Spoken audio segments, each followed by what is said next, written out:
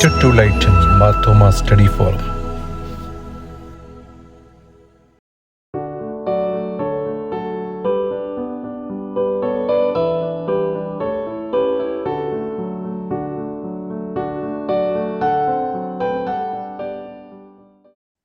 Good evening all. Lighter to Lighten Marthoma study ഫോറത്തിന്റെ 270ാമത് live വെബിനാറിലേക്ക് ഏവരെയും സ്വാഗതം ചെയ്തുകൊള്ളുന്നു. നമ്മളെ സാധാരണഗതിയിൽ പ്രാർത്ഥിച്ചു പാട്ടുപാടിയാണല്ലോ നമ്മുടെ പ്രോഗ്രാം ആരംഭിക്കുന്നത്. ഇന്ന് നമ്മളെ പ്രോഗ്രാമിൽ പ്രാർത്ഥിക്കാനായിട്ട് നമ്മൾ ക്ഷണിച്ചിരിക്കുന്ന ബഹുമാനപ്പെട്ട തോമസ് ടി ലാത്ര സാറിനെയാണ്. സാർ അമേരിക്കയിലെ ഷിക്കാഗോയിലാണ് ഇപ്പോൾ താമസിക്കുന്നത്. അദ്ദേഹം ഒരു നല്ല റൈറ്ററാണ്. സ്വന്തമായിട്ടൊരു പുസ്തകം, ഒരു ഇംഗ്ലീഷ് കവിതാ സമാഹാരം പബ്ലിഷ് ചെയ്തു. ആമസോണിലൊക്കെ വാങ്ങിക്കാൻ കിട്ടുന്ന ഒരു പുസ്തകമാണ്. അതുപോലെ തന്നെ ഷിക്കാഗോ ഇടവകയിലെ ലോംബാർഡ് ചർച്ചിലെ വളരെ ആക്റ്റീവ് മെമ്പറാണ്. അതുപോലെ തന്നെ ലൈറ്റർ ടു ലൈറ്ററിന്റെ തുടക്കം മുതൽ നമ്മളോട് സഹകരിച്ച് നിൽക്കുന്ന വ്യക്തിയാണ്. വളരെ ഭംഗിയായിട്ട് ജീവിതം നല്ല നിഷ്ഠയോടുകൂടിയും മാതൃകരമായും ജീവിക്കുന്ന വ്യക്തിയാണ് തോമസ് ടി ലാത്ര സാറ്. അദ്ദേഹത്തിനെ ഇപ്പോൾ പ്രാർത്ഥിക്കുവാനായിട്ട് ക്ഷണിച്ചുകൊള്ളുന്നു.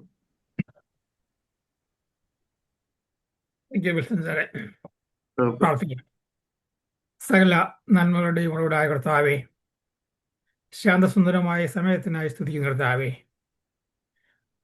ദൈവമേ, ഈ മനോഹരമായ ഭൂമിയിൽ അതിൻ്റെ നന്മകളെയൊക്കെ ആസ്വദിച്ച് ഞങ്ങളുടെ ജീവിതത്തിൽ ഒരു ദിവസം കൂടി അവർ തന്നതിനായി സ്തുതിക്കുന്ന കർത്താവേ. കർത്താവേ, ഞങ്ങൾ ദൈവ സൃഷ്ടിയുടെ നന്മകൾ ആസ്വദിക്കുമ്പോൾ കർത്താവേ, നിരന്തരമായി നന്ദിയുള്ള ഹൃദയം ഞങ്ങൾ പ്രാർത്ഥിക്കും കർത്താവേ. കർത്താവേ, വെബിനാറിന് വേണ്ടി സ്തോത്രം കർത്താവേ. കഴിഞ്ഞ 269 ആഴ്ചകളിൽ കർത്താവേ, ഏറ്റവും ഉത്കൃഷ്ടമായ ചിന്തകളെ പങ്കെടുക്കുന്നവർക്ക് പകർന്നു കൊടുക്കുവാൻ കർത്താവെ ഈ വെബിനാറിലൂടെ സഹായിച്ചതിനായി സ്തുതിക്കുന്നു കർത്താവെ. കർത്താവ്, ഈ വെബിനാറിന് വേണ്ടി നിരന്തരമായി പരിശ്രമിക്കുന്ന എല്ലാവർക്കും വേണ്ടി സ്തോത്രം ചെയ്യുന്ന കർത്താവെ. അവരുടെ നന്മകളെ മാനിക്കുന്നതിനായി സ്തുതിക്കുന്ന കർത്താവെ. പ്രത്യേകിച്ചും അഡ്മിൻ പാനലിന് വേണ്ടി പ്രാർത്ഥിക്കുന്ന കർത്താവെ. യാതൊരു പ്രതിഫലേച്ഛയും ഇല്ലാതെ കർത്താവെ നിരന്തരമായി ഏറ്റവും ഉത്കൃഷ്ടരായ വ്യക്തികളെയൊക്കെ കണ്ടുപിടിക്കുവാനും അവരുടെ പാണ്ഡിത്യങ്ങളൊക്കെയും മറ്റുള്ളവർക്ക് ഉപകരിക്കാനായി കർത്താവെ അഡ്മിൻ പാനൽ പ്രത്യേകിച്ചും വിൽസൺ സാറൊക്കെ ചെയ്യുന്ന പ്രവൃത്തികളോട് മാനിക്കുന്നതിനായി സ്തുതിക്കുന്ന കർത്താവെ. കർത്താവെ, ഇന്ന് ഞങ്ങൾ കേൾക്കാൻ ആഗ്രഹിക്കുന്ന വചനം കർത്താവെ, പ്രത്യേകിച്ചും വൈവിധ്യം നിറഞ്ഞ സമൃദ്ധി നിറഞ്ഞ ഈ കാലയളവിൽ ജീവിതത്തിൻ്റെ പിരിമുറുക്കങ്ങളെ എങ്ങനെ അഭിമുഖീകരിക്കാം, എങ്ങനെ സന്തോഷകരമായി ജീവിക്കാം എന്ന് ഞങ്ങൾ ചിന്തിക്കുന്ന കർത്താവെ. ഇന്ന് ഞങ്ങളെ നേതൃത്വം നൽകുന്ന പ്രിയപ്പെട്ട ഡോക്ടർ അഖിൽദാസിന് വേണ്ടി പ്രാർത്ഥിക്കുന്ന കർത്താവെ. വളരെ ശ്രമകരമായി ആർജിച്ച അറിവുകളും വിജ്ഞാനവും ഒക്കെയും മറ്റുള്ളവരുടെ നന്മയ്ക്കായി നിന്റെ മകൻ ഉപയോഗിക്കുന്നതായി അതിനുള്ള സന്മനസ് കാണിച്ചതിനായി സ്തുതിക്കുന്ന കർത്താവെ. എൻ്റെ മകൻ്റെ ശുശ്രൂഷകളെ മാനിക്കുന്നതിനായി സ്തുതിക്കുന്ന കർത്താവെ. അനേക ജീവിതങ്ങൾക്ക് ആരോഗ്യവും സന്തോഷവും പകരുവാൻ നിന്റെ മകൻ്റെ പ്രയത്നങ്ങളെ എടുത്തുപയോഗിക്കണമെന്ന് പ്രാർത്ഥിക്കുന്ന കർത്താവെ. കുടുംബം അനുഗ്രഹിക്കണമെന്ന് പ്രാർത്ഥിക്കുന്ന കർത്താവെ. പങ്കെടുക്കുന്ന ഓരോരുത്തർക്കും വേണ്ടിയും പ്രാർത്ഥിക്കുന്ന കർത്താവെ. കർത്താവെ, ഞങ്ങളുടെ ഈ വെബിനാർ മൂലം, ഞങ്ങളുടെ ചിന്തകൾ മൂലം, ഞങ്ങളുടെ ധാരണകളും അറിവുകളും ഒക്കെയും വേണ്ടതൊക്കെയും തിരുത്തുവാനും ആഴമായ തലങ്ങളിലേക്കൊക്കെയും ഇറങ്ങിച്ചെന്ന് ഞങ്ങളുടെ ചിന്തകൾ കർത്താവെ, ഞങ്ങളുടെ വിചാരങ്ങൾ, ഞങ്ങളുടെ അനുഭവങ്ങൾ, ഞങ്ങളുടെ പ്രവർത്തികളൊക്കെയും വേണ്ടതൊക്കെയും തിരുത്തുവാനൊക്കെയുള്ള കൃപ തരണം പ്രാർത്ഥിക്കുന്ന കർത്താവെ. പങ്കെടുക്കുന്ന ഓരോ പ്രിയപ്പെട്ടവരെയും പ്രാർത്ഥിക്കുന്ന കർത്താവെ. ഓരോരുത്തരുടെയും കർത്താവെ, അവരുടെ കർത്താവെ അവിടുന്ന് പങ്കുവയ്ക്കുന്ന ആശയങ്ങളൊക്കെയും കർത്താവെ പരസ്പര പുരോഗതിക്കും അഭിവൃദ്ധിക്കുമായി ഉപയോഗിക്കണം പ്രാർത്ഥിക്കുന്ന കർത്താവെ. ഈ വെബിനാറോട് കൂടെ ഇരിക്കണമേ, അവിടുത്തെ സാന്നിധ്യം ഉണ്ടായിരിക്കണമേ. യേശുവിനെ അതിൽ അപേക്ഷിക്കുന്ന കേൾക്കുമാറാകണമേ. ആമേൻ. താങ്ക് യു തോമസ് ടി ലാത്ര സാർ. വളരെ അർത്ഥപൂർണമായ പ്രാർത്ഥനയായിരുന്നു. ഇന്ന് നമ്മളെ പാട്ടുപാടുവാനായിട്ട് ക്ഷണിച്ചിരിക്കുന്നത് നമ്മുടെ കഴിഞ്ഞ മീറ്റിംഗിൽ പ്രാർത്ഥിച്ച വ്യക്തി തന്നെയാണ്. അദ്ദേഹത്തിന്റെ പേര് ഷെബിൻ ജോൺ സാമുവേൽ എന്നാണ്. സാന്റാക്രൂസ്, മുംബൈയിലുള്ള സാന്റാക്രൂസ് മർത്തോമ ഇടവകയുടെ സെക്രട്ടറിയാണ് അദ്ദേഹം. വളരെ ആക്റ്റീവായിട്ട് പ്രവർത്തിക്കുന്ന വ്യക്തിയാണ്. ഇവന്റ് സെക്രട്ടറി കൂടെ വളർന്ന് വളരെ ആക്റ്റീവായിട്ട് DCB ബാങ്കിന്റെ സീനിയർ വൈസ് പ്രസിഡന്റ് ആയിട്ട് ജോലി ചെയ്യുന്നു. മുമ്പും സാന്റാക്രൂസ് ഇടവക സെക്രട്ടറി ആയിട്ട് ഇരുന്നിട്ടുണ്ട്. അദ്ദേഹത്തിനെ പാട്ട് പാടുവാനായിട്ട് ഇപ്പോൾ ക്ഷണിച്ചുകൊള്ളുന്നു. Thank you Wilson uncle. ഇപ്പോൾ പാടാൻ പോകുന്നത് കനിവേറും സ്നേഹപിതാവേ എന്ന് തുടങ്ങുന്ന മാരാമൺ കൺവെൻഷൻ ഗീതമാണ്. അതിലെ 2 ചരണങ്ങൾ ഞാൻ ആലപിച്ചോളാം. കനിവേറും സ്നേഹപിതാവേ, നിൻ തിരു സന്നിധി തേടി വരുന്നു, അനുതാപമുതിരുന്ന ഹൃദയവുമായി, അകതാരിലപരാധ ബോധവുമായി. കനിവേറും സ്നേഹപിതാവേ,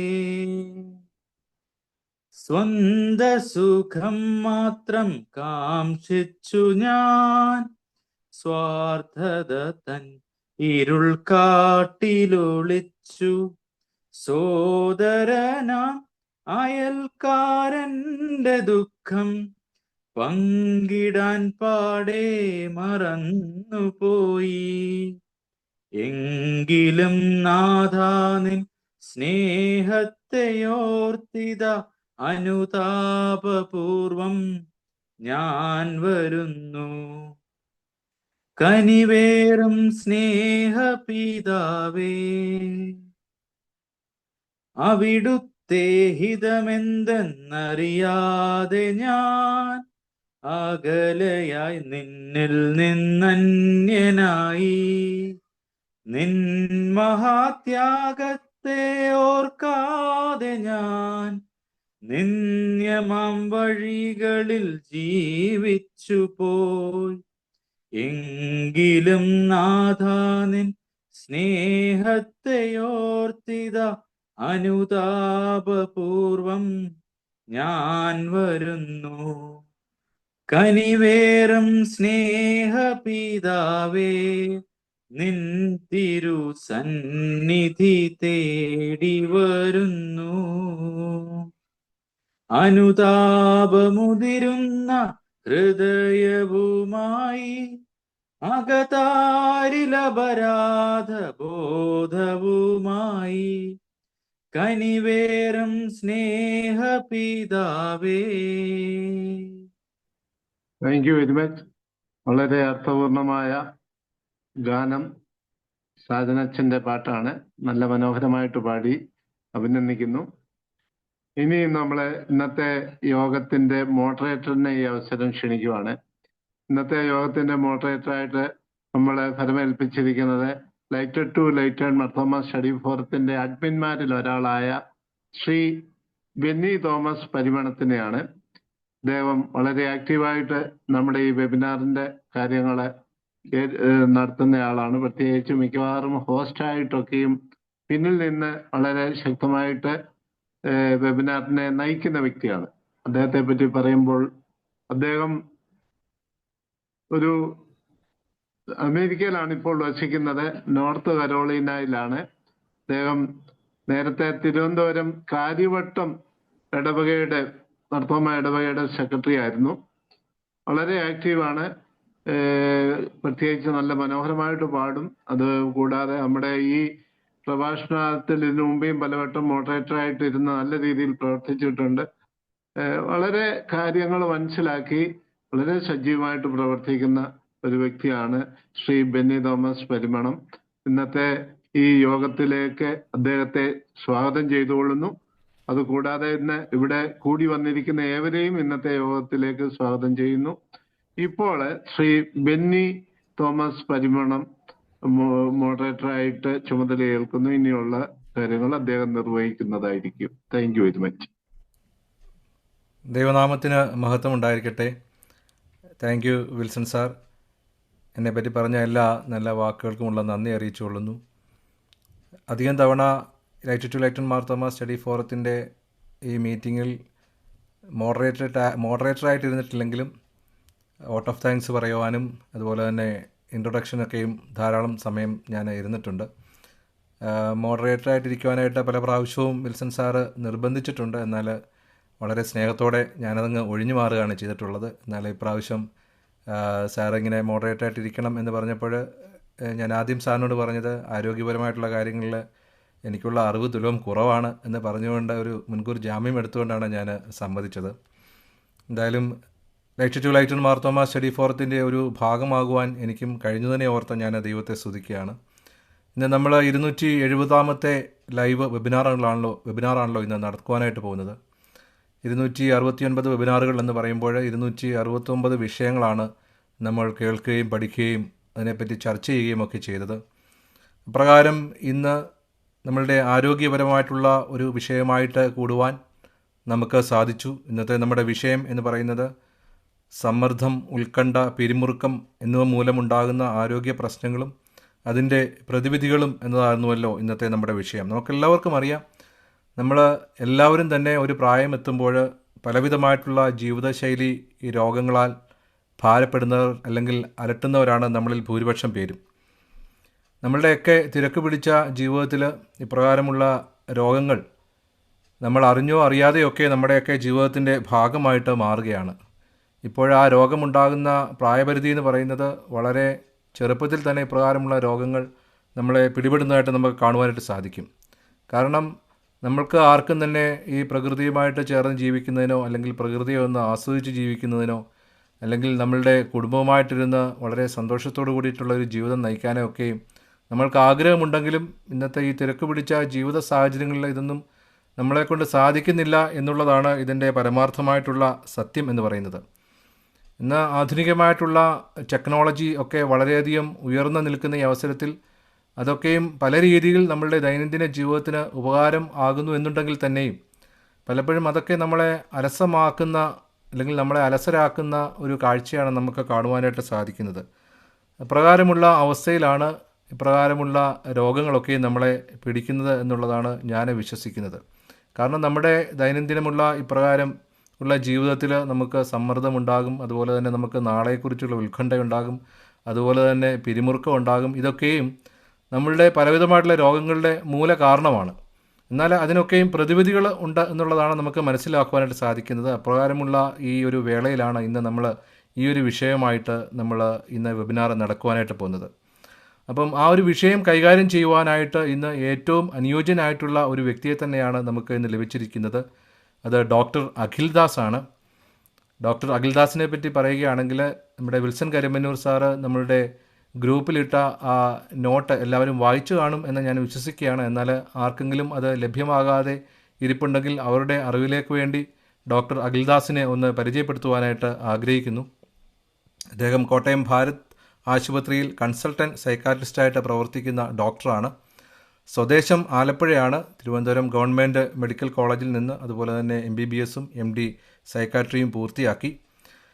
പ്രത്യേക ചില താല്പര്യമുള്ള മേഖലകളിൽ ഡോക്ടർ അഖിൽദാസിൻ്റെ സംഭാവനകൾ വളരെ വലുതാണ്. അത് ന്യൂറോ സൈക്കാട്രി, അതുപോലെ തന്നെ ലഹരി അടിമത്തം, മാനസിക ആരോഗ്യ അവബോധം, പ്രായമായവരുടെ മാനസിക ആരോഗ്യം, അപ്രകാരമുള്ള മേഖലകളിലൊക്കെയും അദ്ദേഹം പ്രത്യേകിച്ച് ശ്രദ്ധ പതിപ്പിക്കുന്നു. അതുപോലെ തന്നെ നിരവധി ദേശീയ അന്താരാഷ്ട്ര ശാസ്ത്രീയ ജേർണലുകളിൽ ലേഖനങ്ങൾ പ്രസിദ്ധീകരിച്ചിട്ടുണ്ട്.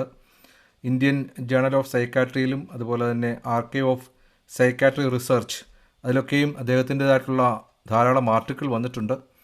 നമുക്കറിയാം, ഡോക്ടർമാരെ സംബന്ധിച്ച് അവരൊക്കെയും വിവിധ സമ്മേളനങ്ങളിലും അതുപോലെ തന്നെ ശാസ്ത്രീയമായിട്ടുള്ള സെഷനുകളിലൊക്കെയും പങ്കെടുക്കുന്നവരാണ്. അപ്രകാരമുള്ള സമ്മേളനങ്ങളിലൊക്കെയും വളരെയധികം പ്രബന്ധങ്ങൾ അവതരിപ്പിച്ചിട്ടുള്ള ഒരു വ്യക്തിയാണ് ഡോക്ടർ അഖിൽദാസ്. അതേപോലെ യുവാക്കളിലെ ആത്മഹത്യ പ്രതിരോധത്തെക്കുറിച്ചുള്ള ഹ്യൂസ് ഓഫ് ഹാപ്പിനെസ് എന്നൊരു ഹ്രസ്വ ചലച്ചിത്രം national institute of mental health and neuro science സംഘടിപ്പിച്ച ഒരു ചലച്ചിത്ര മേളയിൽ പ്രദർശിപ്പിക്കപ്പെട്ടിട്ടുണ്ട്. ഇന്ത്യൻ സൈക്കാട്രി സൊസൈറ്റിയുടെ അംഗമാണ്. ഇപ്രകാരമുള്ള ധാരാളം ക്ലാസ്സുകൾ എടുത്ത് നമ്മളുടെ പൊതുസമൂഹത്തെ പൊതുജനത്തെ അവബോധം വരുത്തുന്ന ഒരു വ്യക്തിയാണ്. അത് സോഷ്യൽ മീഡിയയിലാണെങ്കിലും അതുപോലെ തന്നെ വെബ്സൈറ്റുകളാണെങ്കിലും വിവിധതരമുള്ള ക്ലാസ്സുകൾ വെബിനാറുകളൊക്കെ എടുത്ത് നമ്മളുടെ സമൂഹത്തെ സഹായിക്കുന്ന ഒരു വ്യക്തിയാണ്. അതുകൊണ്ട് എന്തുകൊണ്ടും അനുയോജ്യനായിട്ടുള്ളൊരു വ്യക്തിയാണ് ഇന്നത്തെ ഈ വിഷയം കൈകാര്യം ചെയ്യുവാനായിട്ട് നമുക്ക് ലഭിച്ചിരിക്കുന്ന ഡോക്ടർ അഖിൽദാസ് എന്ന് പറയുന്നതിൽ സന്തോഷമുണ്ട്. നമുക്കറിയാം, ഒരു ഡോക്ടർമാരുടെ ജീവിതമൊക്കെയും തിരക്ക് പിടിച്ച ജീവിതമാണ്. എന്നാൽ നമ്മളുടെ ക്ഷണം സ്വീകരിച്ച് ഇന്ന് light to light on Marthoma study ഫോറത്തിൻ്റെ വെബിനാറിൽ പങ്കെടുക്കുവാനും അതിലൂടെ ഇപ്രകാരമുള്ള രോഗങ്ങളുടെ കാരണങ്ങളും അതിലുള്ള പ്രതിവിധികളുമൊക്കെയും നമ്മളോട് പറഞ്ഞു തരുവാനും കാണിച്ച നല്ല മനസ്സിനായിട്ട് ഒത്തിരിയധികം സന്തോഷമുണ്ട്. ഇന്നിവിടെ ഞാൻ കൂടുതൽ ദീർഘിപ്പിക്കുന്നില്ല. ഇന്നിവിടെ കൂടിയിരിക്കുന്ന എല്ലാവരുടെയും പേരിൽ വളരെ സന്തോഷത്തോടു കൂടി ഡോക്ടർ അഖിൽദാസിനെ ഇന്നത്തെ വെബിനാറിന് നൽകുവാനായിട്ട് ഞാൻ ക്ഷണിച്ചുകൊള്ളുന്നു.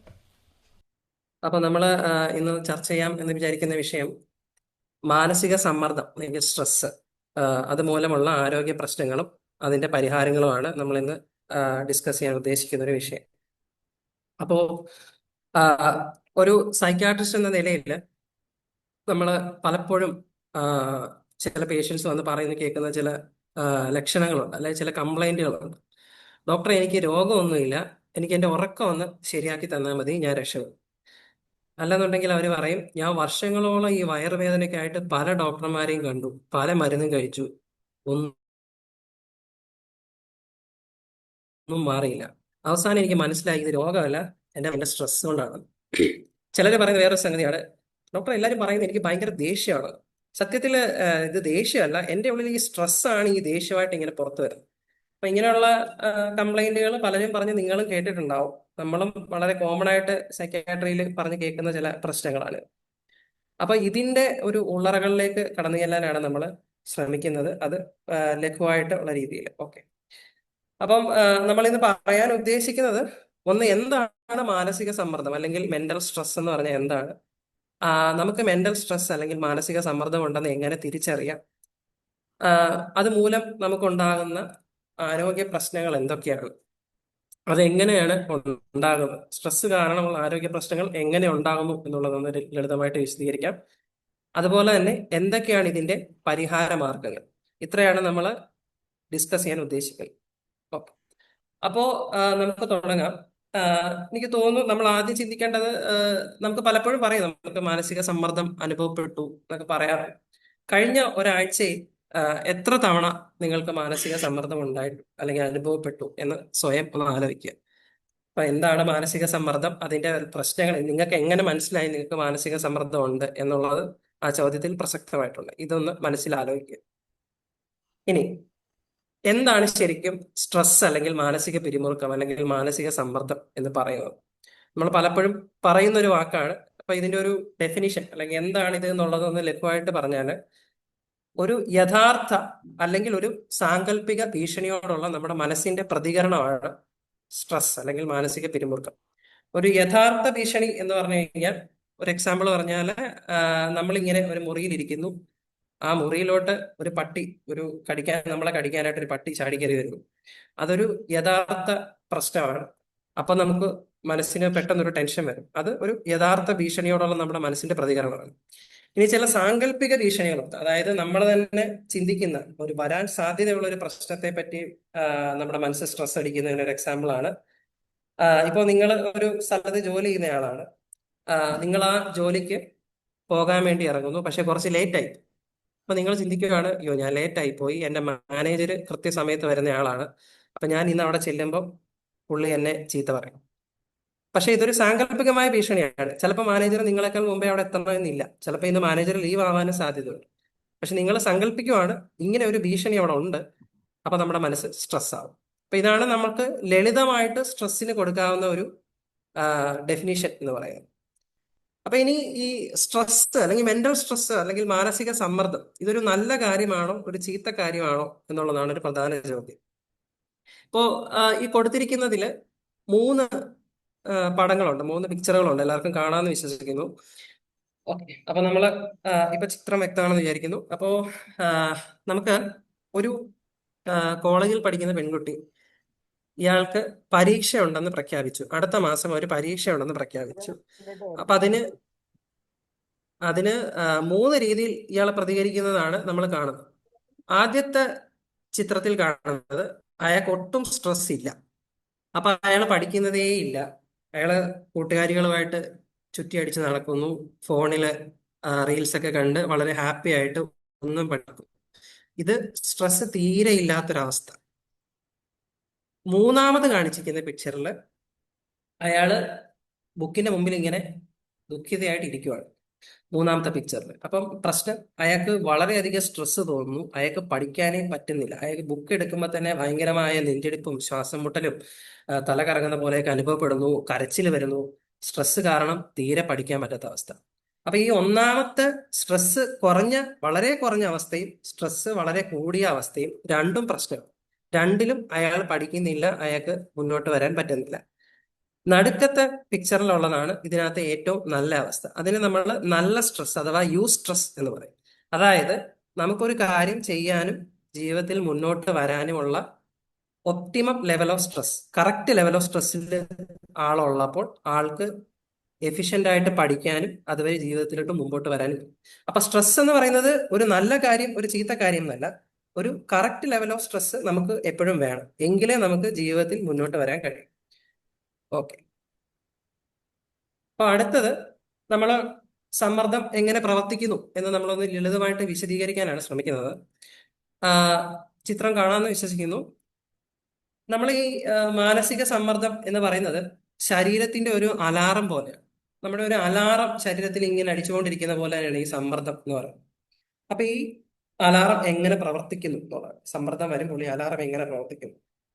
ഈ തലച്ചോറിലെ രണ്ട് പ്രധാനപ്പെട്ട ഭാഗങ്ങളാണ് ഇതിനെ നിയന്ത്രിക്കുന്നത്.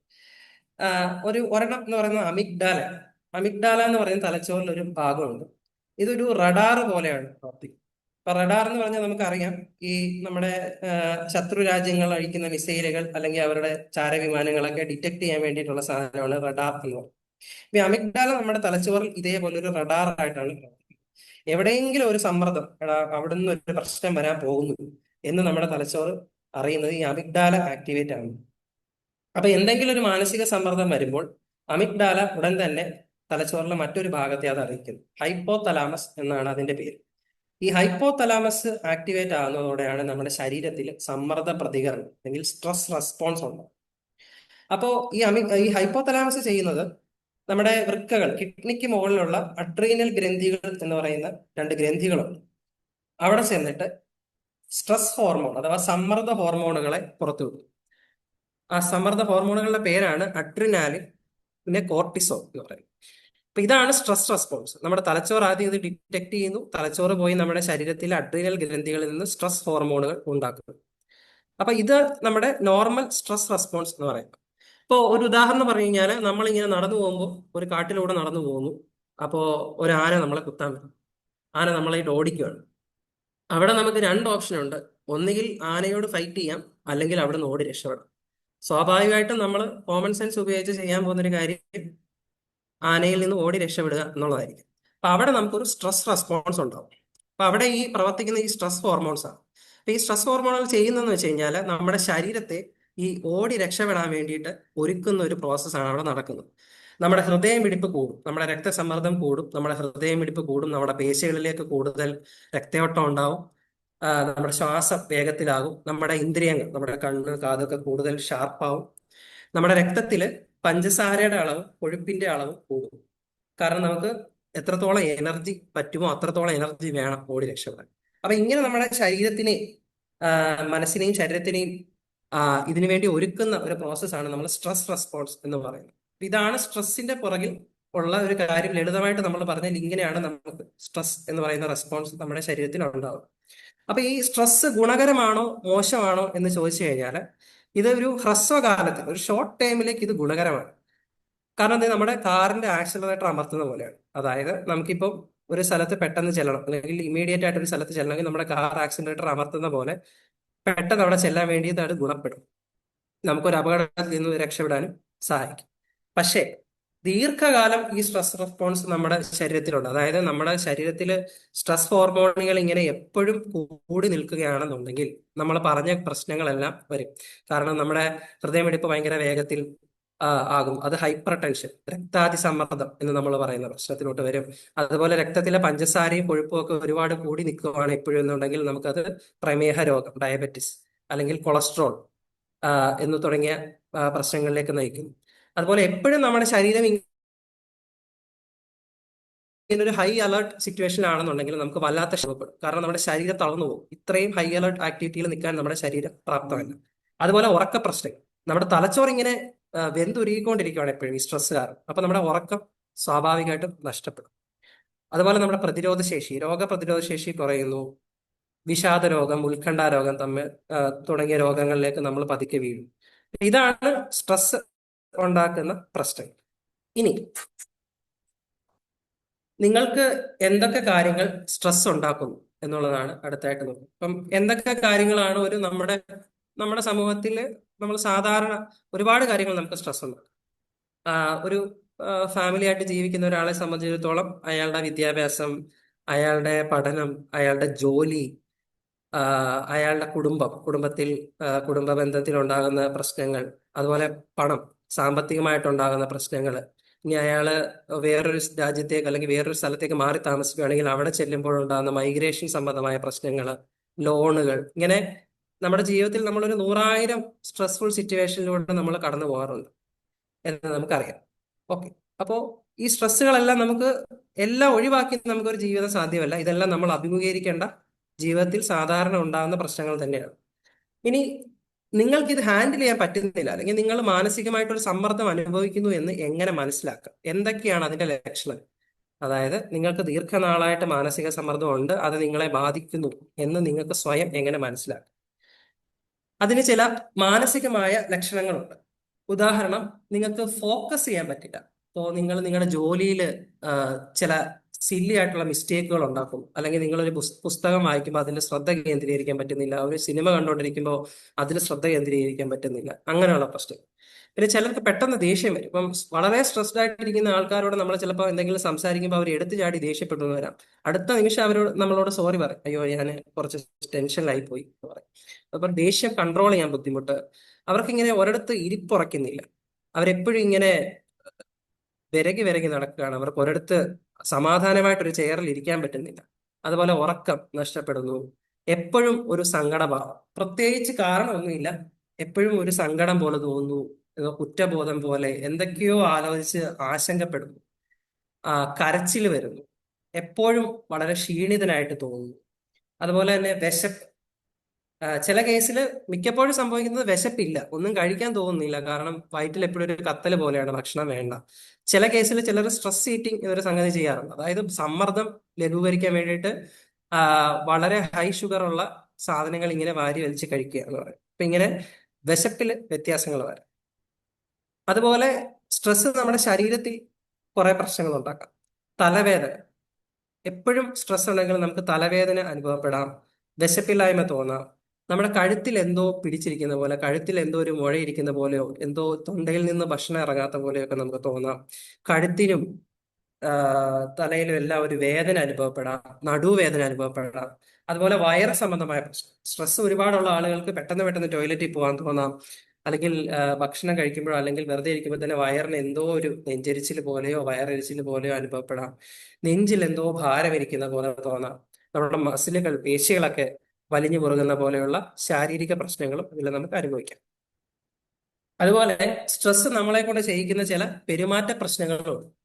ഇപ്പോൾ നമ്മൾ പലപ്പോഴും സമൂഹത്തിൽ കാണുന്ന രീതിയാണ്, വളരെയധികം സ്ട്രെസ് അനുഭവിക്കുമ്പോൾ, പ്രത്യേകിച്ച് പുരുഷന്മാർക്കിടയിൽ, അവര് പലപ്പോഴും ഈ മദ്യപാനം, പുകവലി പോലുള്ള ലഹരി വസ്തുക്കളെ ആശ്രയിക്കുന്നതായിട്ട് നമുക്ക് കാണാം.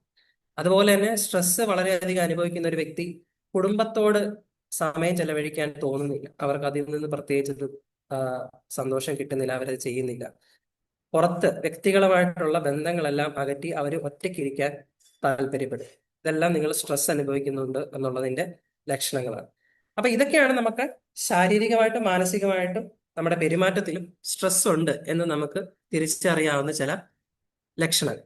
ഓക്കെ, ഇനിയിപ്പോ നമുക്ക് ഒരു പ്രശ്നമുണ്ട്, നമ്മൾ ഒരു പ്രശ്നം കാരണം സ്ട്രെസ് അനുഭവിക്കുന്നുണ്ട് എന്നുണ്ടെങ്കിൽ നമുക്ക് എന്ത് ചെയ്യാൻ പറ്റും? പ്രാക്ടിക്കലി ചിന്തിച്ചു കഴിഞ്ഞാൽ നമുക്ക് 3 വഴികളാണ് ഒരു പ്രശ്നത്തെ നേരിടാനുള്ളത്. ഒന്ന്, പ്രശ്നത്തെ കംപ്ലീറ്റ് അങ്ങ് ഒഴിവാക്കുക. പക്ഷെ നമുക്കറിയാം പലപ്പോഴും നമുക്കിത് സാധ്യമല്ല. ഇപ്പം നമ്മുടെ ജീവിതത്തിൽ ഒരുപാട് പ്രശ്നങ്ങൾ വരും, പ്രശ്നങ്ങളില്ലാത്ത മനുഷ്യരില്ല. അപ്പം എല്ലാ പ്രശ്നങ്ങളിൽ നിന്നും ഒഴിവാകുക എന്ന് പറഞ്ഞാൽ നമുക്ക് ഒരു ഐലൻഡിൽ പോയി താമസിക്കേണ്ടി വരും, അല്ലെങ്കിൽ എന്തെങ്കിലും ആരുമായിട്ടും ഒരു പ്രശ്നത്തിലും ഇടപെടാതെ നമുക്ക് വളരെ ഒറ്റയ്ക്കുള്ള ഒരു ജീവിതം നേരിടേണ്ടി വരും. അത് പക്ഷേ നമുക്ക് പ്രായോഗികമായിട്ട് പറ്റുന്നൊരു കാര്യമല്ല. അപ്പം പ്രശ്നത്തെ കംപ്ലീറ്റ് ഒഴിവാക്കുക എന്ന് പറഞ്ഞാൽ നമുക്ക് ഒരിക്കലും സാധിക്കുന്ന കാര്യമല്ല. അടുത്ത് നമുക്ക് ചെയ്യാൻ പറ്റുന്നത് പ്രശ്നം പരിഹരിക്കാൻ നോക്കുക എന്നുള്ളതാണ്. അപ്പൊ അവിടെ നമുക്ക് നോക്കേണ്ടത് ഈ പ്രശ്നം എന്നെ കൊണ്ട് പരിഹരിക്കാൻ പറ്റുന്ന ഒന്നാണോ? ആണ് എന്നുണ്ടെങ്കിൽ ആ പ്രശ്നം പരിഹരിക്കാൻ നോക്കും.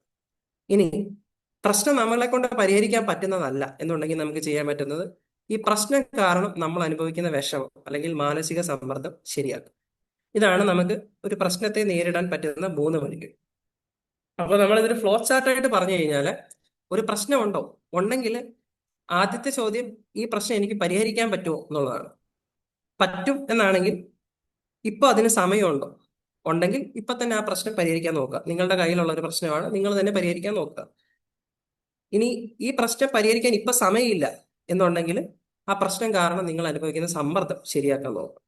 ഇനി പ്രശ്നമുണ്ടോ എന്ന് ചോദിച്ചാൽ അതിന് ഉത്തരം ഉണ്ട്. എനിക്കത് പരിഹരിക്കാൻ പറ്റുമോ എന്ന് ചോദിച്ചാൽ അതില്ല. എന്നെ കൊണ്ട് പരിഹരിക്കാൻ പറ്റുന്ന ഒരു പ്രശ്നമല്ല, എന്റെ കൺട്രോളിന് പുറത്തുള്ള ഒരു പ്രശ്നമാണെന്നുണ്ടെങ്കിൽ അവിടെയും നമുക്ക് ഒരു ഓപ്ഷനേ ഉള്ളൂ, പ്രശ്നം കാരണമുള്ള വിഷമം ശരിയാക്കാൻ നോക്കുക. അപ്പൊ ഇതാണ് നമുക്കൊരു പ്രശ്ന പരിഹാരത്തെ നേരിടാനുള്ള ഒരു ഫ്ലോ ചാർട്ട് എന്ന് പറയുന്നത്. അപ്പൊ നമ്മൾ എപ്പോഴും ആലോചിക്കേണ്ട ഒരു കാര്യം, നമ്മുടെ നിയന്ത്രണത്തിൽ കുറച്ച് കാര്യങ്ങളേ ഉള്ളൂ. അതായത് നമുക്ക് സോൾവ് ചെയ്യാൻ പറ്റുന്ന പ്രശ്നങ്ങൾ കുറച്ചേ ഉള്ളൂ. ഒരുവിധപ്പെട്ട കാര്യങ്ങളെല്ലാം നമ്മുടെ നിയന്ത്രണത്തിന് പുറത്തുള്ള കാര്യങ്ങളായിരിക്കും. അത് നമുക്ക് ഒന്നും ചെയ്യാൻ പറ്റില്ല.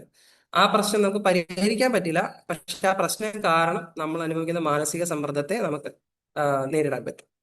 അപ്പം രക്തചുരുക്കമായിട്ട് പറഞ്ഞു കഴിഞ്ഞാൽ സ്ട്രെസ് നമുക്ക് കുറയ്ക്കൽ എപ്പോഴും പ്രായോഗികമല്ല. പലപ്പോഴും നമുക്കത് പറ്റില്ല. സ്ട്രെസ് എന്ന് പറയുന്ന സംഗതി നമ്മൾ എന്ത് ചെയ്താലും നമ്മുടെ ജീവിതത്തിൽ സ്ട്രെസ്സുകൾ വരാതിരിക്കാൻ സാധ്യമല്ല.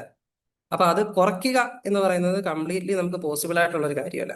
നമുക്ക് പറ്റുന്നത് നമ്മുടെ അതിജീവന ശേഷി, ഈ സ്ട്രെസ്സിനെ മാനേജ് ചെയ്യാനുള്ള നമ്മുടെ കഴിവ് വർദ്ധിപ്പിക്കുക എന്നുള്ളതാണ് നമുക്ക് പ്രായോഗികമായിട്ട് ചെയ്യാവുന്ന ഒരു കാര്യം. ഓക്കെ, അപ്പൊ ഇനി എങ്ങനെ നമുക്ക് ഈ സ്ട്രെസ് കുറയ്ക്കാം, അല്ലെങ്കിൽ നമ്മൾ സ്ട്രെസ് നേരിടുന്നുണ്ടെങ്കിൽ നമുക്ക് ചെയ്യാവുന്ന ചില മാർഗങ്ങൾ എന്താ? ആദ്യമായിട്ട് പറഞ്ഞു കഴിഞ്ഞാൽ നമുക്ക് ഒരു ഷോർട്ട് ടൈം ആയിട്ട് സ്ട്രെസ് കുറയ്ക്കാനുള്ള ചില സ്ട്രാറ്റജികളാണ്, അതായത് ഹ്രസ്വകാല മാർഗങ്ങൾ. നമ്മൾ വല്ലാണ്ട് സ്ട്രെസ് തോന്നുമ്പോൾ നമുക്ക് പെട്ടെന്ന് അത് കുറയ്ക്കാൻ പറ്റുന്ന ചില പൊടിക്കൈകൾ അല്ലെങ്കിൽ ചില നുറുങ്ങു വിദ്യകൾ. ഒന്ന് എന്ന് പറഞ്ഞു കഴിഞ്ഞാൽ ഡീപ്പ് ബ്രീത്തിങ് അല്ലെങ്കിൽ ദീർഘശ്വസനം എന്ന് പറയും. അതൊന്നുമില്ല, വളരെ സിമ്പിളാണ്.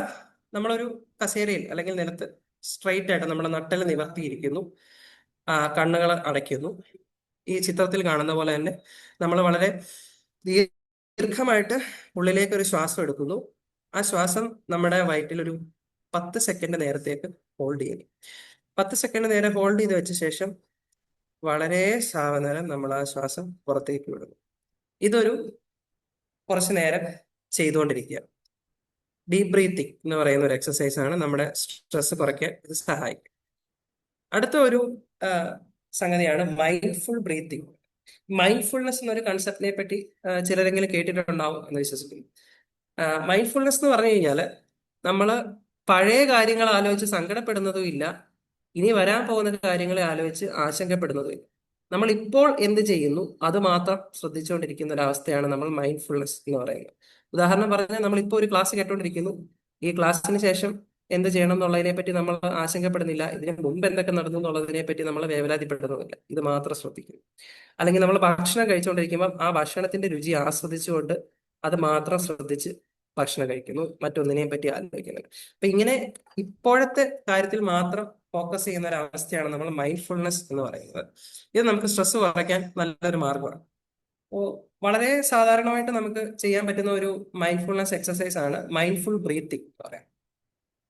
ചിത്രത്തിൽ കാണുന്ന പോലെ തന്നെ നമ്മൾ നേരത്തെ പറഞ്ഞ പോലെ നമ്മൾ നേരെ ഇരിക്കുന്നു, നമ്മുടെ കണ്ണുകൾ അടയ്ക്കുന്നു, ഒരു 5 മിനിറ്റത്തേക്ക് ഒരു അലാറം സെറ്റ് ചെയ്ത് വെക്കുന്നു. ഈ 5 മിനിറ്റ് നേരം നമ്മൾ കണ്ണുകൾ അടച്ചുകൊണ്ട് നമ്മുടെ ശ്വാസത്തിൽ മാത്രം ശ്രദ്ധിച്ചുകൊണ്ടിരിക്കണം. ഡീപ്പ് ബ്രീത്തിങ്ങിൽ പറഞ്ഞതുപോലെ അത്രയും ദീർഘമായിട്ട് ശ്വാസം എടുക്കുകയോ ഹോൾഡ് ചെയ്യുകയോ ഒന്നും വേണ്ട. സ്വാഭാവികമായിട്ട് തന്നെ നമ്മൾ ശ്വാസം ഉള്ളിലോട്ട് എടുക്കുകയും ശ്വാസം പുറത്തോട്ട് വിടുന്ന പ്രക്രിയ അത് മാത്രം ശ്രദ്ധിച്ച് നമ്മൾ ഒരു 5 മിനിറ്റ് നേരം ഇരിക്കുന്നു. അപ്പൊ അങ്ങനെ ഇരിക്കുന്ന സമയത്ത് ചിലപ്പോൾ നമ്മുടെ ചിന്തകൾ മറ്റു കാര്യങ്ങളിലേക്കൊക്കെ പോയി എന്ന് വരാം. അതായത് നമുക്ക് നാളത്തെ കാര്യത്തിലേക്കോ അല്ലെങ്കിൽ ഇന്ന് ഉണ്ടായ കാര്യങ്ങളിലേക്കോ പോയി എന്നിരിക്കാം. അത് മനസ്സിലാക്കുക, വീണ്ടും തിരിച്ച് ശ്രദ്ധ നമ്മുടെ ശ്വാസത്തിലേക്ക് കൊണ്ടുവരിക. ഇതാണ് മൈൻഡ്ഫുൾ ബ്രീത്തിങ് എന്ന് പറയുന്നത്. ഇത് സ്ട്രെസ് കുറയ്ക്കാൻ പറ്റുന്ന ഒരു ഷോർട്ട് ടേം സ്ട്രാറ്റജിയാണ്. ഇനി വളരെ പ്രധാനപ്പെട്ട ഒരു സ്ട്രാറ്റജിയാണ് ജേക്കബ്സൺ പ്രോഗ്രസീവ് മസിൽ റിലാക്സേഷൻ അഥവാ ജേക്കബ്സൺ ക്രമാനുസൃത മസിൽ റിലാക്സേഷൻ എന്ന് പറയുന്നത്. ഇതിൽ ചെയ്യുന്നത് നമ്മുടെ വിവിധ പേശികളുണ്ട്, മസിലുകളുണ്ട്. ആ മസിലുകളെ അവർ പറയുന്ന ഓർഡറിൽ തന്നെ മുറുക്കി പിടിക്കുക, പിന്നീട് പതിയെ അയച്ചു വിടുന്ന ഒരു ടൈപ്പ് എക്സസൈസ് ആണ്. ഇത് നമ്മുടെ സ്ട്രെസ് ഹോർമോൺസ് കുറയ്ക്കാൻ വളരെ സഹായിക്കും. ഇതെങ്ങനെയാണ് ചെയ്യുന്നതെന്നുള്ള വീഡിയോസ് ഒക്കെ യൂട്യൂബിൽ ധാരാളം ലഭ്യമാണ്. ജേക്കബ്സൺ പ്രോഗ്രസീവ് മസിൽ റിലാക്സേഷൻ എന്ന് സെർച്ച് ചെയ്ത് കഴിഞ്ഞാൽ നമുക്ക് അത് കിട്ടും. ഒരു 10-15 മിനിറ്റ് കൊണ്ട് ചെയ്യാവുന്ന ലഘുവായിട്ടുള്ള ഒരു എക്സസൈസ് ആണ്. സ്ട്രെസ് കുറയ്ക്കാൻ വളരെയധികം ഹെൽപ്പ് ചെയ്യും, സ്ട്രെസ് ഹോർമോൺസ് കുറയ്ക്കുകയും ചെയ്യും. പിന്നെ നമുക്ക് ചെയ്യാവുന്ന ചില മാർഗങ്ങളാണ് ഈ ചിത്രത്തിൽ കാണിച്ചിരിക്കുന്ന പോലെ ശരീരം ചലിപ്പിക്കുക, ചെറുതായിട്ടൊന്ന് നടക്കുക. ചിത്രത്തിൽ കാണിച്ചിരിക്കുന്നത് സൂര്യപ്രകാശത്തിൽ നടക്കുന്നത് വളരെയധികം ഉത്തമമാണ്. കാരണം സൂര്യപ്രകാശം നമുക്ക് വൈറ്റമിൻ ഡി തരുന്നു. വൈറ്റമിൻ ഡി നമുക്ക് മൊത്തത്തിൽ ഒരു മൂഡും ഒരു പോസിറ്റിവിറ്റി തരാൻ വളരെ ഹെൽപ്ഫുൾ ആണ്. അപ്പൊ അതൊരു കാര്യം. പിന്നുള്ളത് നിങ്ങൾക്ക് ഇഷ്ടപ്പെട്ട തരം സംഗീതം, ശാന്തമായ ഒരു സംഗീതം ശ്രമിക്കുന്നത് തീർച്ചയായിട്ടും നിങ്ങളുടെ സ്ട്രെസ് ലെവൽ കുറയ്ക്കും. അതുപോലെ വേറെ ചില ടെക്നിക്കാണ് നമ്മൾ ഗ്രൗണ്ടിങ് ടെക്നിക്കുകൾ എന്ന് പറയും. അതായത് നമ്മൾ ആകാംക്ഷ അല്ലെ സമ്മർദ്ദം കാരണം ഇങ്ങനെ പൊങ്ങിപ്പറക്കുന്നതിൽ നിന്നും നമ്മളെ നിലത്ത് നിർത്തുന്ന ചില ടെക്നിക്കുകൾ. നമ്മൾ വല്ലാതെ പെട്ടെന്ന് ഒരു സ്ട്രെസ് വരുമ്പോൾ നമുക്ക് ചെയ്യാവുന്ന ചില കാര്യങ്ങൾ, ഒന്നുകിൽ 5 മുതൽ താഴോട്ടൊക്കെ എണ്ണുക, 5, 4, 3, 2, 1 എണ്ണുക. അല്ലാന്നുണ്ടെങ്കിൽ നമ്മുടെ ഇന്ദ്രിയങ്ങൾ ഉപയോഗിച്ച് ആ സ്ട്രെസ്സിനെ ഡിസ്ട്രാക്ട് ചെയ്യുക. അതായത് ഇപ്പോൾ നിങ്ങൾ സ്ട്രെസ്സായിട്ട് നിങ്ങൾക്ക് തോന്നുന്നു, ചെയ്യാൻ പറ്റുന്നത് ചുറ്റും നിങ്ങൾ കണ്ടുകൊണ്ട് കാണുന്ന ഒരു 5 വസ്തുക്കളുടെ പേര് പറയുക, അല്ലെങ്കിൽ ചുറ്റും നിങ്ങൾ കേൾക്കുന്ന ഒരു 5 ശബ്ദങ്ങൾ, അത് ഏതൊക്കെ ശബ്ദങ്ങളാണ് തിരിച്ചറിയുക. അങ്ങനെ ഇന്ദ്രിയങ്ങൾ ഉപയോഗിച്ച് നിങ്ങൾ സ്ട്രെസ്സിൽ നിന്നും മനസ്സിനെ ശ്രദ്ധ തിരിച്ചു. ഇതൊക്കെയാണ് ഗ്രൗണ്ടിങ് ടെക്നിക്കുകൾ. അപ്പോൾ ഈ പറഞ്ഞതെല്ലാം സ്ട്രെസ്സിനെ നമുക്ക് മാനേജ് ചെയ്യാനുള്ള ചില പൊടിക്കൈകളാണ്. ഇനി ഇതിൽ നിങ്ങളുടെ സ്ട്രെസ് മാറുന്നില്ല എന്നുണ്ടെങ്കിൽ ചില മീഡിയം ടേം സ്ട്രെസ് കുറയ്ക്കാനുള്ള സ്ട്രാറ്റജികൾ, അതായത് ഇടക്കാല മാർഗം, അവ ഏതാണെന്ന് നമുക്കൊന്ന് നോക്കാം. ഏറ്റവും പ്രധാനം നല്ലൊരു ഉറക്കം എന്ന് പറഞ്ഞു കഴിഞ്ഞാൽ ഒരു ആവറേജ് അഡൾട്ട് ഒരു 7 മണിക്കൂർ ഉറങ്ങണം എന്നാണ് പറയപ്പെടുന്നത്, അതൊരു ആവറേജ്. അപ്പൊ ഉറക്കം കിട്ടുക എന്ന് പറഞ്ഞത് സ്ട്രെസ് കുറയ്ക്കാൻ വളരെയധികം സഹായകമാണ്, നമ്മുടെ സ്ട്രെസ് ഹോർമോൺ ലെവൽ കുറയ്ക്കാൻ വളരെ സഹായകമാണ്. അപ്പൊ നമ്മൾ സ്ലീപ്പ് ഹൈജീൻ അല്ലെങ്കിൽ നിദ്രാ ശുചിത്വം എന്ന് പറയുന്ന ചില കാര്യങ്ങൾ പറയാറുണ്ട്. അതായത് നല്ല ഉറക്കം കിട്ടാൻ വേണ്ടിയിട്ട് നമുക്ക് ജീവിതത്തിൽ പാലിക്കാൻ പറ്റുന്ന ചില കാര്യങ്ങൾ. അതിൽ ഏറ്റവും പ്രധാനം വൈകുന്നേര സമയങ്ങളിൽ ലഘുവായി മാത്രം ഭക്ഷണം കഴിക്കാം. വളരെ വയർ നിറച്ച് ഭക്ഷണം കഴിക്കാതെ കുറച്ച് ഭക്ഷണം മാത്രം കഴിക്കുക. അതുപോലെ രാത്രി സമയങ്ങളിൽ പ്രത്യേകിച്ച് ചായ, കാപ്പി, വേറെ ലഹരി പദാർത്ഥങ്ങൾ, ലഹരി പാനീയങ്ങൾ അതൊന്നും ഉപയോഗിക്കാതിരിക്കുക. അതുപോലെ ഫോണ്, ലാപ്ടോപ്പ് അതുപോലുള്ള സ്ക്രീനുകളെല്ലാം ഉറങ്ങാൻ ഉദ്ദേശിക്കുന്നതിന് 1 മണിക്കൂർ മുമ്പെങ്കിലും ഒഴിവാക്കാൻ നോക്കുക. അതുപോലെ തന്നെ നിങ്ങളൊരു കറക്റ്റ് സമയം കീപ്പ് ചെയ്യാൻ ശ്രമിക്കുക പറ്റുന്നത്. അതായത് നിങ്ങൾ രാത്രി 10 മണിക്ക് ഉറങ്ങാൻ പോകുന്ന ആളാണെന്നുണ്ടെങ്കിൽ കൃത്യമായി ഒരു 10 മണിക്ക് ഉറങ്ങാൻ കിടക്കുക. രാവിലെ 5 മണിക്കാണ് എഴുന്നേൽക്കുന്നെങ്കിൽ ആ ഒരു സമയത്ത് തന്നെ എഴുന്നേക്കാൻ ശീലിക്കുക. അങ്ങനെ ഒരു റെഗുലർ ടൈം വെക്കാൻ ശ്രദ്ധിക്കുക. അതുപോലെ തന്നെ ഉറങ്ങുന്നത് കഴിയുന്നതും ശബ്ദം ഇല്ലാത്ത, അധികം വെളിച്ചമില്ലാത്ത, കുറച്ച് ശാന്തമായിട്ടുള്ളൊരു റൂമിൽ ഉറങ്ങുന്നതായിരിക്കും ഏറ്റവും നല്ലത്. ഇത്രയൊക്കെ കാര്യങ്ങളാണ് നമുക്ക് നിദ്രാ ശുചിത്വം അല്ലെങ്കിൽ സ്ലീപ്പ് ഹൈജീൻ, കുറച്ചുകൂടി നല്ലൊരു ഉറക്കം കിട്ടാൻ വേണ്ടി ചെയ്യാവുന്ന ചില കാര്യം. പിന്നെ ഒരു പ്രധാനപ്പെട്ട സ്ട്രെസ് കുറയ്ക്കാനുള്ള ഒരു ഉപാധിയാണ് വ്യായാമം. വ്യായാമം നമ്മൾ പലപ്പോഴും ചെയ്യാൻ മറന്നു പോകുന്ന ഒരു സംഗതിയാണ്, പക്ഷെ സ്ട്രെസ് കുറയ്ക്കാൻ ഏറ്റവും പ്രയോജനപ്പെടുന്ന ഒരു സംഗതിയാണ് വ്യായാമം. വ്യായാമം പല രീതിയിലാവാം. നമ്മളൊരു ആവറേജ് ഒരു മനുഷ്യൻ ഒരു 30 മിനിറ്റ് മുതൽ 45 മിനിറ്റ് വരെയെങ്കിലും ഒരു ദിവസം വ്യായാമം ചെയ്യാം എന്നാണ് പറയുന്നത്. എയറോബിക് എക്സസൈസ്, അതായത് നമ്മൾ നടക്കുന്നു, കുറച്ച് വേഗത്തിൽ നടക്കുന്നു, അല്ലെങ്കിൽ സൈക്കിൾ ചവിട്ടുന്നു, നീന്തുന്നു, സ്കിപ്പിംഗ് റോപ്പ് ഉപയോഗിക്കുന്നു, അല്ലെന്നുണ്ടെങ്കിൽ സ്ട്രെങ്ത് കൂട്ടാനുള്ള എക്സസൈസുകൾ, ജിമ്മിൽ പോകുന്നു. ഏതുതരം വ്യായാമവും നമ്മുടെ സ്ട്രെസ് കുറയ്ക്കാൻ പര്യാപ്തമാണ്. സ്ട്രെസ് ഹോർമോണുകളെ അത് കുറയ്ക്കുന്നു. അപ്പൊ ഇതൊന്ന്. പിന്നുള്ളത് നമുക്ക് കിട്ടുന്ന സാമൂഹിക പിന്തുണയാണ്. തീർച്ചയായിട്ടും നമ്മൾ എന്തെങ്കിലും കാര്യത്തിൽ സ്ട്രെസ് അനുഭവിക്കുന്നുണ്ടെങ്കിൽ അത് നമ്മുടെ ഫാമിലിയോട് ഷെയർ ചെയ്യുക, നമ്മുടെ സുഹൃത്തുക്കളോട് ഷെയർ ചെയ്യുക. സമൂഹത്തിൽ നമുക്ക് നല്ല ഉപദേശം അല്ലെങ്കിൽ അതിനെന്തെങ്കിലും പരിഹാരം ചെയ്യാൻ പറ്റുന്ന ആൾക്കാരുണ്ടെങ്കിൽ നമ്മൾ തീർച്ചയായിട്ടും അവരോട് ഷെയർ ചെയ്യുക. ഒരുപക്ഷെ അവർക്ക് അതിനൊരു പരിഹാരം നിർദ്ദേശിക്കാൻ പറ്റിയെങ്കിൽ ഇല്ലെങ്കിൽ പോലും അവർ നമുക്ക് നൽകുന്ന ഒരു പിന്തുണ നമുക്ക് വളരെ വലുതായിട്ട് തോന്നും. അപ്പം തീർച്ചയായിട്ടും അങ്ങനെ ഒരു പ്രശ്നം ഉണ്ടെങ്കിൽ നമുക്ക് വേണ്ടപ്പെട്ടവരോട് അത് ഷെയർ ചെയ്യാൻ ഒരു ആവശ്യമാണ്. അപ്പൊ ഇതൊക്കെയാണ് നമുക്ക് മീഡിയം ടേം ആയിട്ട് സ്ട്രെസ് കുറയ്ക്കാൻ വേണ്ടിയിട്ട് നമുക്ക് ഉപയോഗിക്കുന്ന ചില കാര്യങ്ങൾ. ഇനി ഇതൊന്നും ഫലിക്കുന്നില്ല എന്ന് വെച്ചാൽ, അതായത് നിങ്ങൾ ഈ പറഞ്ഞ ഷോർട്ട് ടേം സ്ട്രാറ്റജികൾ ഉപയോഗിച്ചു, മീഡിയം ടൈം സ്ട്രാറ്റജികളെല്ലാം ഉപയോഗിച്ചു, പക്ഷേ നിങ്ങളുടെ സ്ട്രെസ് ഇതുകൊണ്ടൊന്നും കുറയുന്നില്ല എങ്കിൽ നിങ്ങൾക്ക് സമ്മർദ്ദം കാരണം മാനസികാരോഗ്യ പ്രശ്നങ്ങളുണ്ടോ എന്ന് പരിശോധിക്കേണ്ടിയിരിക്കുന്നു. അവിടെ നമുക്ക് വേണ്ടത് ദീർഘകാല സമ്മർദ്ദ പരിഹാര മാർഗങ്ങളാണ്, അല്ലെങ്കിൽ long time stress reduction strategies. അത് നിങ്ങൾ ഒറ്റയ്ക്ക് ചെയ്യാൻ പറ്റുന്ന ഒരു കാര്യമല്ല. അത്തരം ഒരു അവസ്ഥയിൽ തീർച്ചയായിട്ടും ഒരു മാനസികാരോഗ്യ വിദഗ്ധന്റെ സഹായം വേണ്ടി വരും. അപ്പോ എന്തൊക്കെയാണ് സ്ട്രെസ് കാരണം ഉണ്ടാകുന്ന സാധാരണ ഉണ്ടാകുന്ന പ്രധാനപ്പെട്ട 3 മാനസികാരോഗ്യ പ്രശ്നങ്ങൾ? സ്ക്രീനിൽ കാണിച്ചിരിക്കുന്ന പോലെ തന്നെ വിഷാദ രോഗം, ഉത്കണ്ഠാരോഗങ്ങൾ, ലഹരി അടിമത്തം, സബ്സ്റ്റൻസ് അഡിക്ഷൻസ്. ഇത് 3മാണ് ഏറ്റവും പ്രധാനപ്പെട്ട 3 സ്ട്രെസ് കാരണം ഉണ്ടാകുന്ന മാനസികാരോഗ്യ പ്രശ്നങ്ങൾ. അപ്പൊ നമുക്ക് ഫസ്റ്റ് വിഷാദ രോഗത്തിലേക്ക് വരാം. അപ്പൊ ഈ പേരിൽ തന്നെ നമ്മൾ ശ്രദ്ധിക്കേണ്ട ഒരു കാര്യമുണ്ട്. വിഷാദ രോഗം എന്നാണ് പറയുന്നത്. വിഷാദം എന്ന് പറഞ്ഞാൽ സങ്കടം. എപ്പോഴാണ് സങ്കടം ഒരു രോഗമാകുന്നത്? നമ്മളതിനെ ക്ലിനിക്കൽ ഡിപ്രഷൻ എന്നാണ് സാധാരണ പറയുന്നത്. ക്ലിനിക്കലി തന്നെ നിങ്ങൾ ഡിപ്രസ്ഡ് ആണ്. അത് എന്തുകൊണ്ടുണ്ടാവുക എന്നുള്ളതാണ്. അപ്പൊ നിങ്ങൾ ദീർഘകാലം, നമ്മൾ നേരത്തെ പറഞ്ഞൊരു കാര്യമുണ്ട്, നമ്മുടെ സ്ട്രെസ് റെസ്പോൺസ്. നമ്മുടെ ശരീരം എപ്പോഴും സമ്മർദ്ദത്തിലാണെന്നുണ്ടെങ്കിൽ നമ്മുടെ സ്ട്രെസ് ഹോർമോണുകൾ ഇങ്ങനെ വല്ലാണ്ട് കൂടിക്കൂടിയിരിക്കുകയാണ്. അങ്ങനെ സ്ട്രെസ് ഹോർമോണുകൾ കൂടിക്കൂടിയിരിക്കുമ്പോൾ ഉണ്ടാകുന്നൊരു പ്രശ്നം, നമ്മുടെ തലച്ചോറിലെ മാനസികാവസ്ഥ നിർണ്ണയിക്കുന്ന ചില കെമിക്കലുകളുണ്ട്. നമ്മൾ അതിനെ ന്യൂറോ ട്രാൻസ്മിറ്ററുകൾ എന്നാണ്. അത് ചില കെമിക്കലുകൾ കൃത്യമായിട്ട് പ്രവർത്തിക്കുന്നതുകൊണ്ടാണ് നമുക്ക് സന്തോഷം തോന്നുന്നതും കാര്യങ്ങളൊക്കെ ചെയ്യാനുള്ള എനർജി വരുന്നതും നമുക്കിങ്ങനെ ഒരു നല്ലൊരു ഫീലിംഗിൽ നമ്മൾ ഇരിക്കുന്നു. പ്രധാനമായിട്ടും ഇതിനെ കൈകാര്യം ചെയ്യുന്ന ന്യൂറോ ട്രാൻസ്മിറ്റർ എന്ന സെറട്ടോണിൻ, ഡോപ്പമിൻ, നോറപ്പിനെഫ്രിൻ, ഇങ്ങനെ ചില ന്യൂറോ ട്രാൻസ്മിറ്ററുകളാണ്. അപ്പൊ സ്ട്രെസ് എന്താണ് ചെയ്യുന്നതെന്ന് വെച്ചാൽ, കുറേ നാൾ നമ്മൾ സ്ട്രെസ്സിലിരിക്കുമ്പോൾ ഈ സ്ട്രെസ് ഹോർമോണുകൾ നമ്മുടെ ഈ ന്യൂറോ കെമിക്കലുകളുടെ പ്രവർത്തനത്തെ ബാധിക്കുകയും അല്ലെങ്കിൽ മന്ദീഭവിക്കുകയും, അപ്പൊ നമുക്ക് സന്തോഷമായിട്ടിരിക്കാൻ പറ്റുന്നില്ല. അതുപോലെ തന്നെ നമുക്ക് സന്തോഷം പ്രദാനം ചെയ്യുന്ന ചില പ്രധാന തലച്ചോറിന്റെ ഭാഗങ്ങളുണ്ട്. പ്രീ ഫ്രോണ്ടൽ കോർട്ടെക്സ് എന്ന് പറയുന്ന നമ്മുടെ തലച്ചോറിന്റെ ഈ ഏറ്റവും മുൻപിലുള്ള ഭാഗമാണ് നമ്മുടെ സന്തോഷത്തെ തീരുമാനിക്കുന്നത്. ആ ഭാഗത്തെ ഇത് മന്ദീഭവിച്ച് കളയും. ഈ സ്ട്രെസ് ഹോർമോണുകൾ മന്ദീഭവിച്ച് കളയും. അപ്പോഴും അത് നമുക്ക് വിഷാദാവസ്ഥ ഉണ്ടാകും. അപ്പം ഇതാണ് നമുക്ക് വിഷാദ രോഗം. ക്രോണിക് സ്ട്രെസ് കാരണം നമുക്ക് വിഷാദ രോഗം ഉണ്ടാകുന്നതിന്റെ കാരണം ഇതാണ്. ഇനി എന്തൊക്കെയാണ് ഈ വിഷാദ രോഗത്തിന്റെ ലക്ഷണങ്ങൾ എന്ന് നോക്കിക്കഴിഞ്ഞാൽ, എപ്പോഴും ഒരു സങ്കടം, അതായത് പ്രത്യേകിച്ച് ഒരു കാരണം വേണ്ട. ഇപ്പൊ നമുക്ക് വേണ്ടപ്പെട്ട ഒരാൾ മരിച്ചു, അല്ലെങ്കിൽ നിങ്ങൾക്ക് ഒരു ജോലി നഷ്ടപ്പെട്ടു എന്ന് പറയുമ്പോൾ സ്വാഭാവികമായിട്ടും നമുക്കൊരു വിഷമം തോന്നും. ഇതങ്ങനെയല്ല. പ്രത്യേകിച്ച് ഒരു കാരണമില്ലാതെ തന്നെ എപ്പോഴും ഒരു സങ്കടം ഫീൽ ചെയ്യും. അതുപോലെ നേരത്തെ ഉണ്ടായിരുന്ന പല കാര്യങ്ങളോടും ഇപ്പൊ താല്പര്യം തോന്നുന്നില്ല. അതായത് പണ്ട് ഒരുപാട് പാട്ട് കേൾക്കുന്ന ആൾക്ക് ഇപ്പൊ പാട്ട് കേൾക്കാൻ തോന്നുന്നില്ല. പണ്ട് ഒരുപാട് പുസ്തകം വായിക്കുന്ന ആൾക്ക് ഇപ്പൊ പുസ്തകം വായിക്കാൻ തോന്നുന്നില്ല. ഇങ്ങനെയുള്ള പ്രശ്നങ്ങൾ. അതുപോലെ ഉറക്കക്കുറവ്. ഡിപ്രഷനിൽ വളരെ സാധാരണയായിട്ട് കണ്ടുവരുന്ന ഒരു പ്രശ്നമാണ് ഉറക്കമില്ലായ്മ. അതുപോലെ വിശപ്പില്ലായ്മ. അതുപോലെ തന്നെ പെട്ടെന്ന് ദേഷ്യം വരിക. ഇപ്പം വിഷാദ രോഗത്തിൽ ഇരിക്കുന്ന ചില ആളുകൾക്ക് അജിറ്റേറ്റഡ് ഡിപ്രഷൻ എന്ന് പറയും. അവർക്ക് പെട്ടെന്ന് ദേഷ്യം വരും. ചെറിയ കാര്യങ്ങളിൽ അവർ പെട്ടെന്ന് പ്രകോപിതരാകാനുള്ള സാധ്യതയുണ്ട്. അതുപോലെ തന്നെ അവർക്ക് കോൺസെൻട്രേറ്റ് ചെയ്യാൻ പറ്റുന്നില്ല, തീരുമാനങ്ങൾ എടുക്കാൻ പറ്റുന്നില്ല. വളരെ സിവിയർ ആയിട്ടുള്ള കേസിൽ, അതായത് തീവ്രമായ വിഷാദ രോഗത്തിൽ സ്വന്തം ജീവൻ എടുക്കാൻ അല്ലെങ്കിൽ ആത്മഹത്യ ചെയ്യാനുള്ള ചിന്തകൾ വരെ ഉണ്ടാവാം. ഇതൊക്കെയാണ് വിഷാദ രോഗത്തിന്റെ ലക്ഷണങ്ങൾ.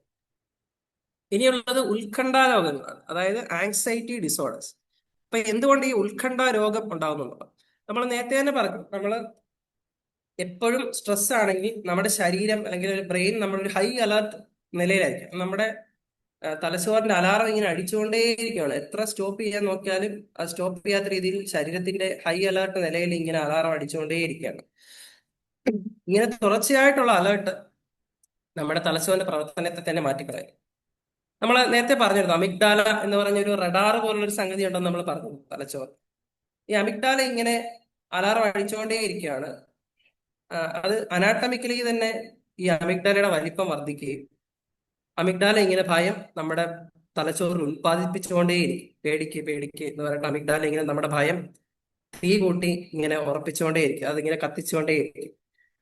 ഈ അമിഗ്ഡാലയെ ശാന്തമാക്കാൻ സഹായിക്കുന്ന നമ്മുടെ തലച്ചോറിന്റെ ഭാഗമാണ് പ്രീ ഫ്രോണ്ടൽ കോർട്ടെക്സ്. നമ്മൾ നേരത്തെ പറഞ്ഞ തലച്ചോറിന്റെ ഏറ്റവും മുൻഭാഗമാണ് ഈ പ്രീ ഫ്രോണ്ടൽ കോർട്ടെക്സ് എന്ന് പറയുന്നത്.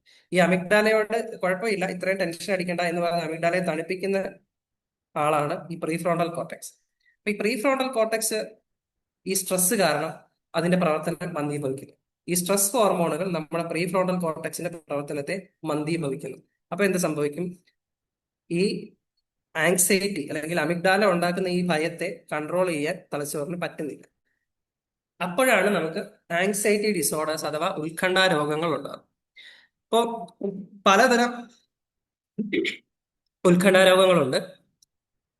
ഏറ്റവും പ്രധാനമായിട്ട് നമ്മൾ കാണുന്നത് ജനറലൈസ്ഡ് ആങ്സൈറ്റി ഡിസോർഡർ അഥവാ എല്ലാത്തിലും അമിതമായ ആശങ്ക തോന്നുന്ന ഒരു അവസ്ഥയാണ്. ആദ്യത്തെ പിക്ചറിൽ കാണുന്ന പോലെ, വലത്തെ അറ്റത്ത് ഏറ്റവും മുകളിലെ പിക്ചറിൽ കാണുന്ന പോലെ, ജനറലൈസ്ഡ് ആങ്സൈറ്റി ഡിസോർഡർ ഉള്ള ഒരാളെ സംബന്ധിച്ചിടത്തോളം എല്ലാത്തിനോടും ഭയമായിരിക്കും.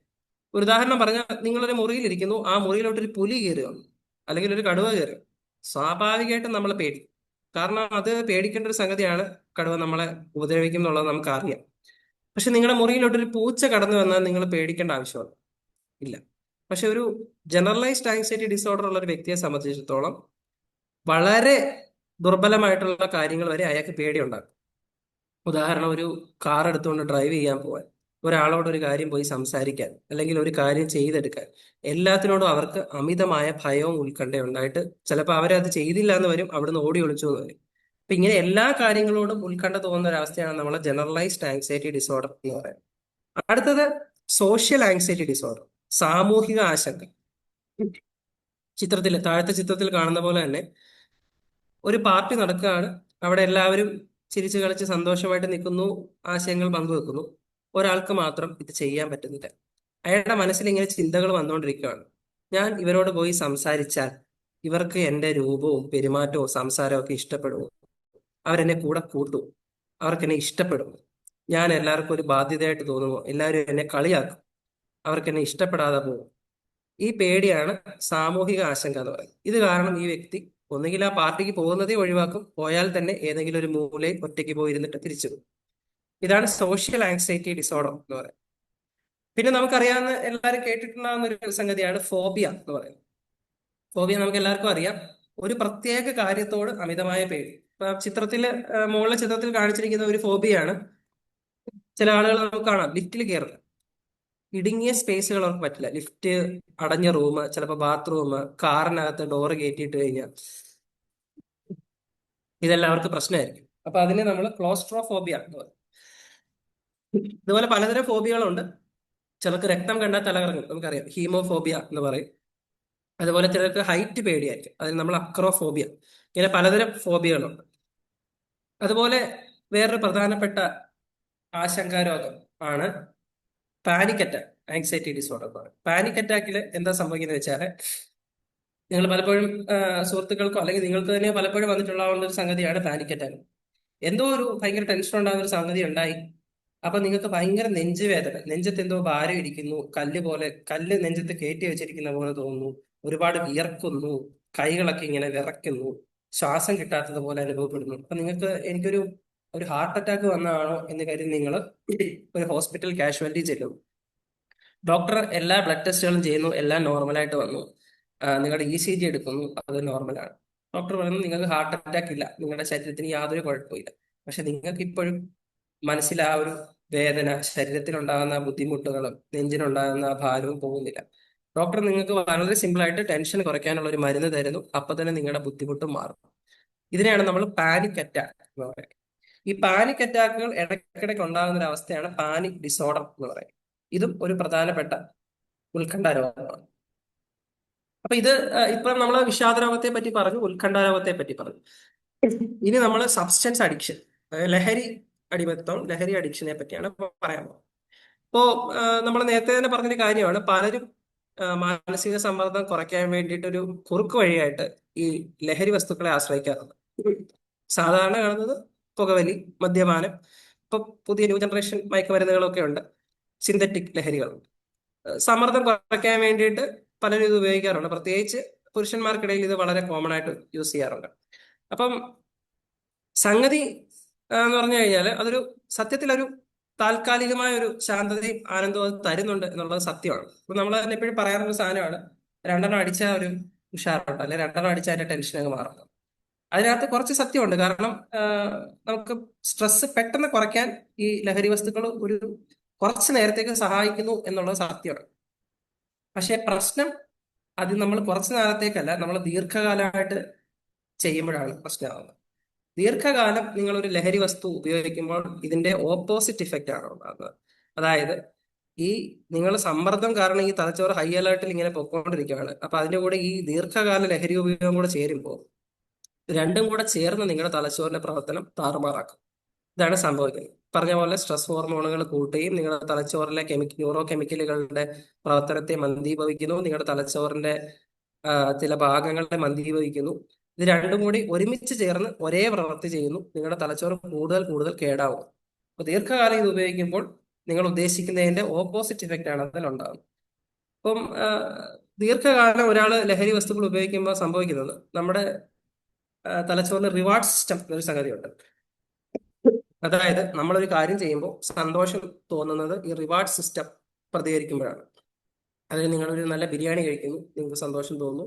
ഐസ്ക്രീം കഴിക്കുന്നു, സന്തോഷം തോന്നുന്നു. നിങ്ങൾ നിങ്ങളുടെ കുടുംബത്തോട് ഒത്ത് സമയം ചെലവഴിക്കുന്നു, അപ്പൊ നിങ്ങൾക്ക് ഒരു സന്തോഷം തോന്നുന്നു. ഇതെല്ലാം ഈ റിവാർഡ് സെന്റർ ആണ്, റിവാർഡ് സിസ്റ്റം, അതാണ് അത് തീരുമാനിക്കുന്നത്. പ്രശ്നം ലഹരി വസ്തുക്കൾ സ്ഥിരമായി ഉപയോഗിക്കുമ്പോൾ ഈ റിവാർഡ് സെന്ററിനെ അത് ഹൈജാക്ക് ചെയ്യും. അതായത് നിങ്ങൾ സ്ഥിരമായിട്ട് ലഹരി വസ്തുക്കൾ ഉപയോഗിച്ച് കഴിഞ്ഞാൽ ഈ ലഹരിക്ക് മാത്രമേ നിങ്ങളുടെ ഈ റിവാർഡ് സെന്ററിനെ പ്രചോദിപ്പിക്കാൻ കഴിയുള്ളൂ. വേറെ എന്ത് ചെയ്താലും സന്തോഷം തോന്നുന്നില്ല. കുടുംബത്തോടൊപ്പം കുട്ടികളോടൊപ്പം സമയം ചെലവഴിച്ചാൽ സന്തോഷം തോന്നുന്നില്ല. സ്പോർട്സിലോ നിങ്ങൾ നേരത്തെ ചെയ്തുകൊണ്ടിരുന്ന ഒരു ആക്ടിവിറ്റിയിലോ ഏർപ്പെടുമ്പോൾ നിങ്ങൾക്ക് സന്തോഷം തോന്നുന്നില്ല. എന്ത് ചെയ്തിട്ട് സന്തോഷമില്ല. ആകെപ്പാടെ കുറച്ച് സന്തോഷം കിട്ടുന്നത് ഈ ലഹരി വസ്തുക്കൾ ഉപയോഗിക്കുമ്പോൾ മാത്രമാണ്.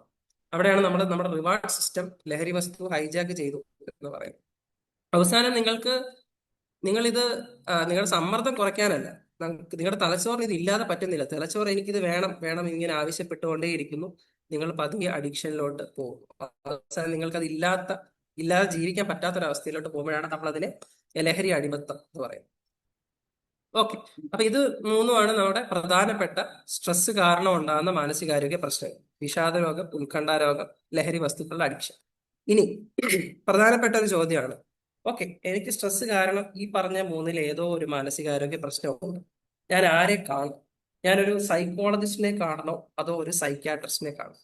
ഇത് വളരെ കോമൺ ആയിട്ടുള്ള ചോദ്യമാണ്. പലപ്പോഴും ആളുകൾക്ക് തെറ്റിദ്ധാരണ ഉള്ളൊരു മേഖലയാണ് സൈക്കോളജിസ്റ്റ് ആരാണ്, എന്ത് ചെയ്യുന്നു, സൈക്യാട്രിസ്റ്റ് ആരാണ്, എന്ത് ചെയ്യുന്നു എന്ന് പലർക്കും ഇതിനെപ്പറ്റി ഒരു ധാരണപ്പശമുണ്ട്. ഒരു ലളിതമായിട്ട് ഒരു ഉദാഹരണത്തിലൂടെ അത് പറഞ്ഞു കഴിഞ്ഞാൽ സൈക്യാട്രിസ്റ്റും ഒരു ഓർത്തോപീഡീഷ്യനും ഏതാണ്ട് ഒരുപോലെയാണെന്ന് വേണേൽ പറയാം.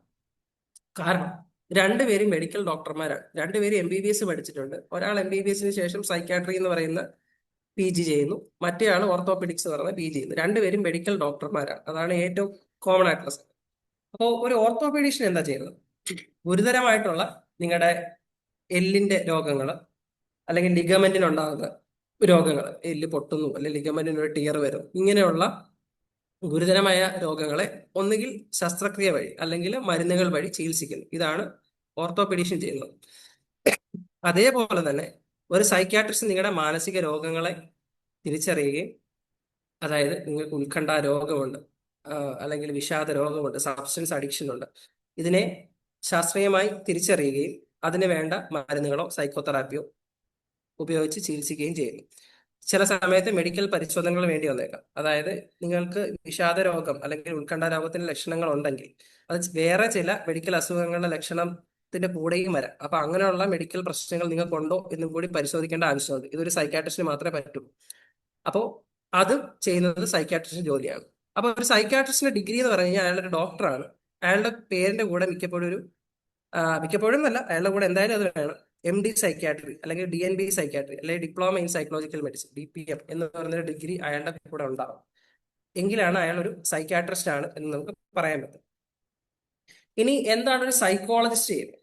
ഒരു സൈക്കോളജിസ്റ്റ് ചെയ്യുന്ന പ്രവൃത്തി ഒരു ഫിസിയോതെറാപ്പിസ്റ്റ് ചെയ്യുന്ന പ്രവൃത്തിയായിട്ട് നമുക്ക് ഉപമിക്കാം.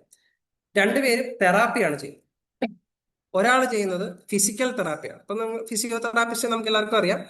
അദ്ദേഹം ചെയ്യുന്നത് ചില വ്യായാമങ്ങൾ പറഞ്ഞു കൊടുക്കുന്നു, ചില ശരീര ചലന രീതികൾ പറഞ്ഞു കൊടുത്തിട്ട് നമ്മുടെ ശരീരത്തിന്റെ സ്വാഭാവിക ചലനത്തെ തിരിച്ചു കൊണ്ടുവരികയും നമ്മുടെ ശരീരത്തിന്റെ ചില സ്ഥലങ്ങളിലെ വേദന കുറയ്ക്കുകയും ചെയ്യും.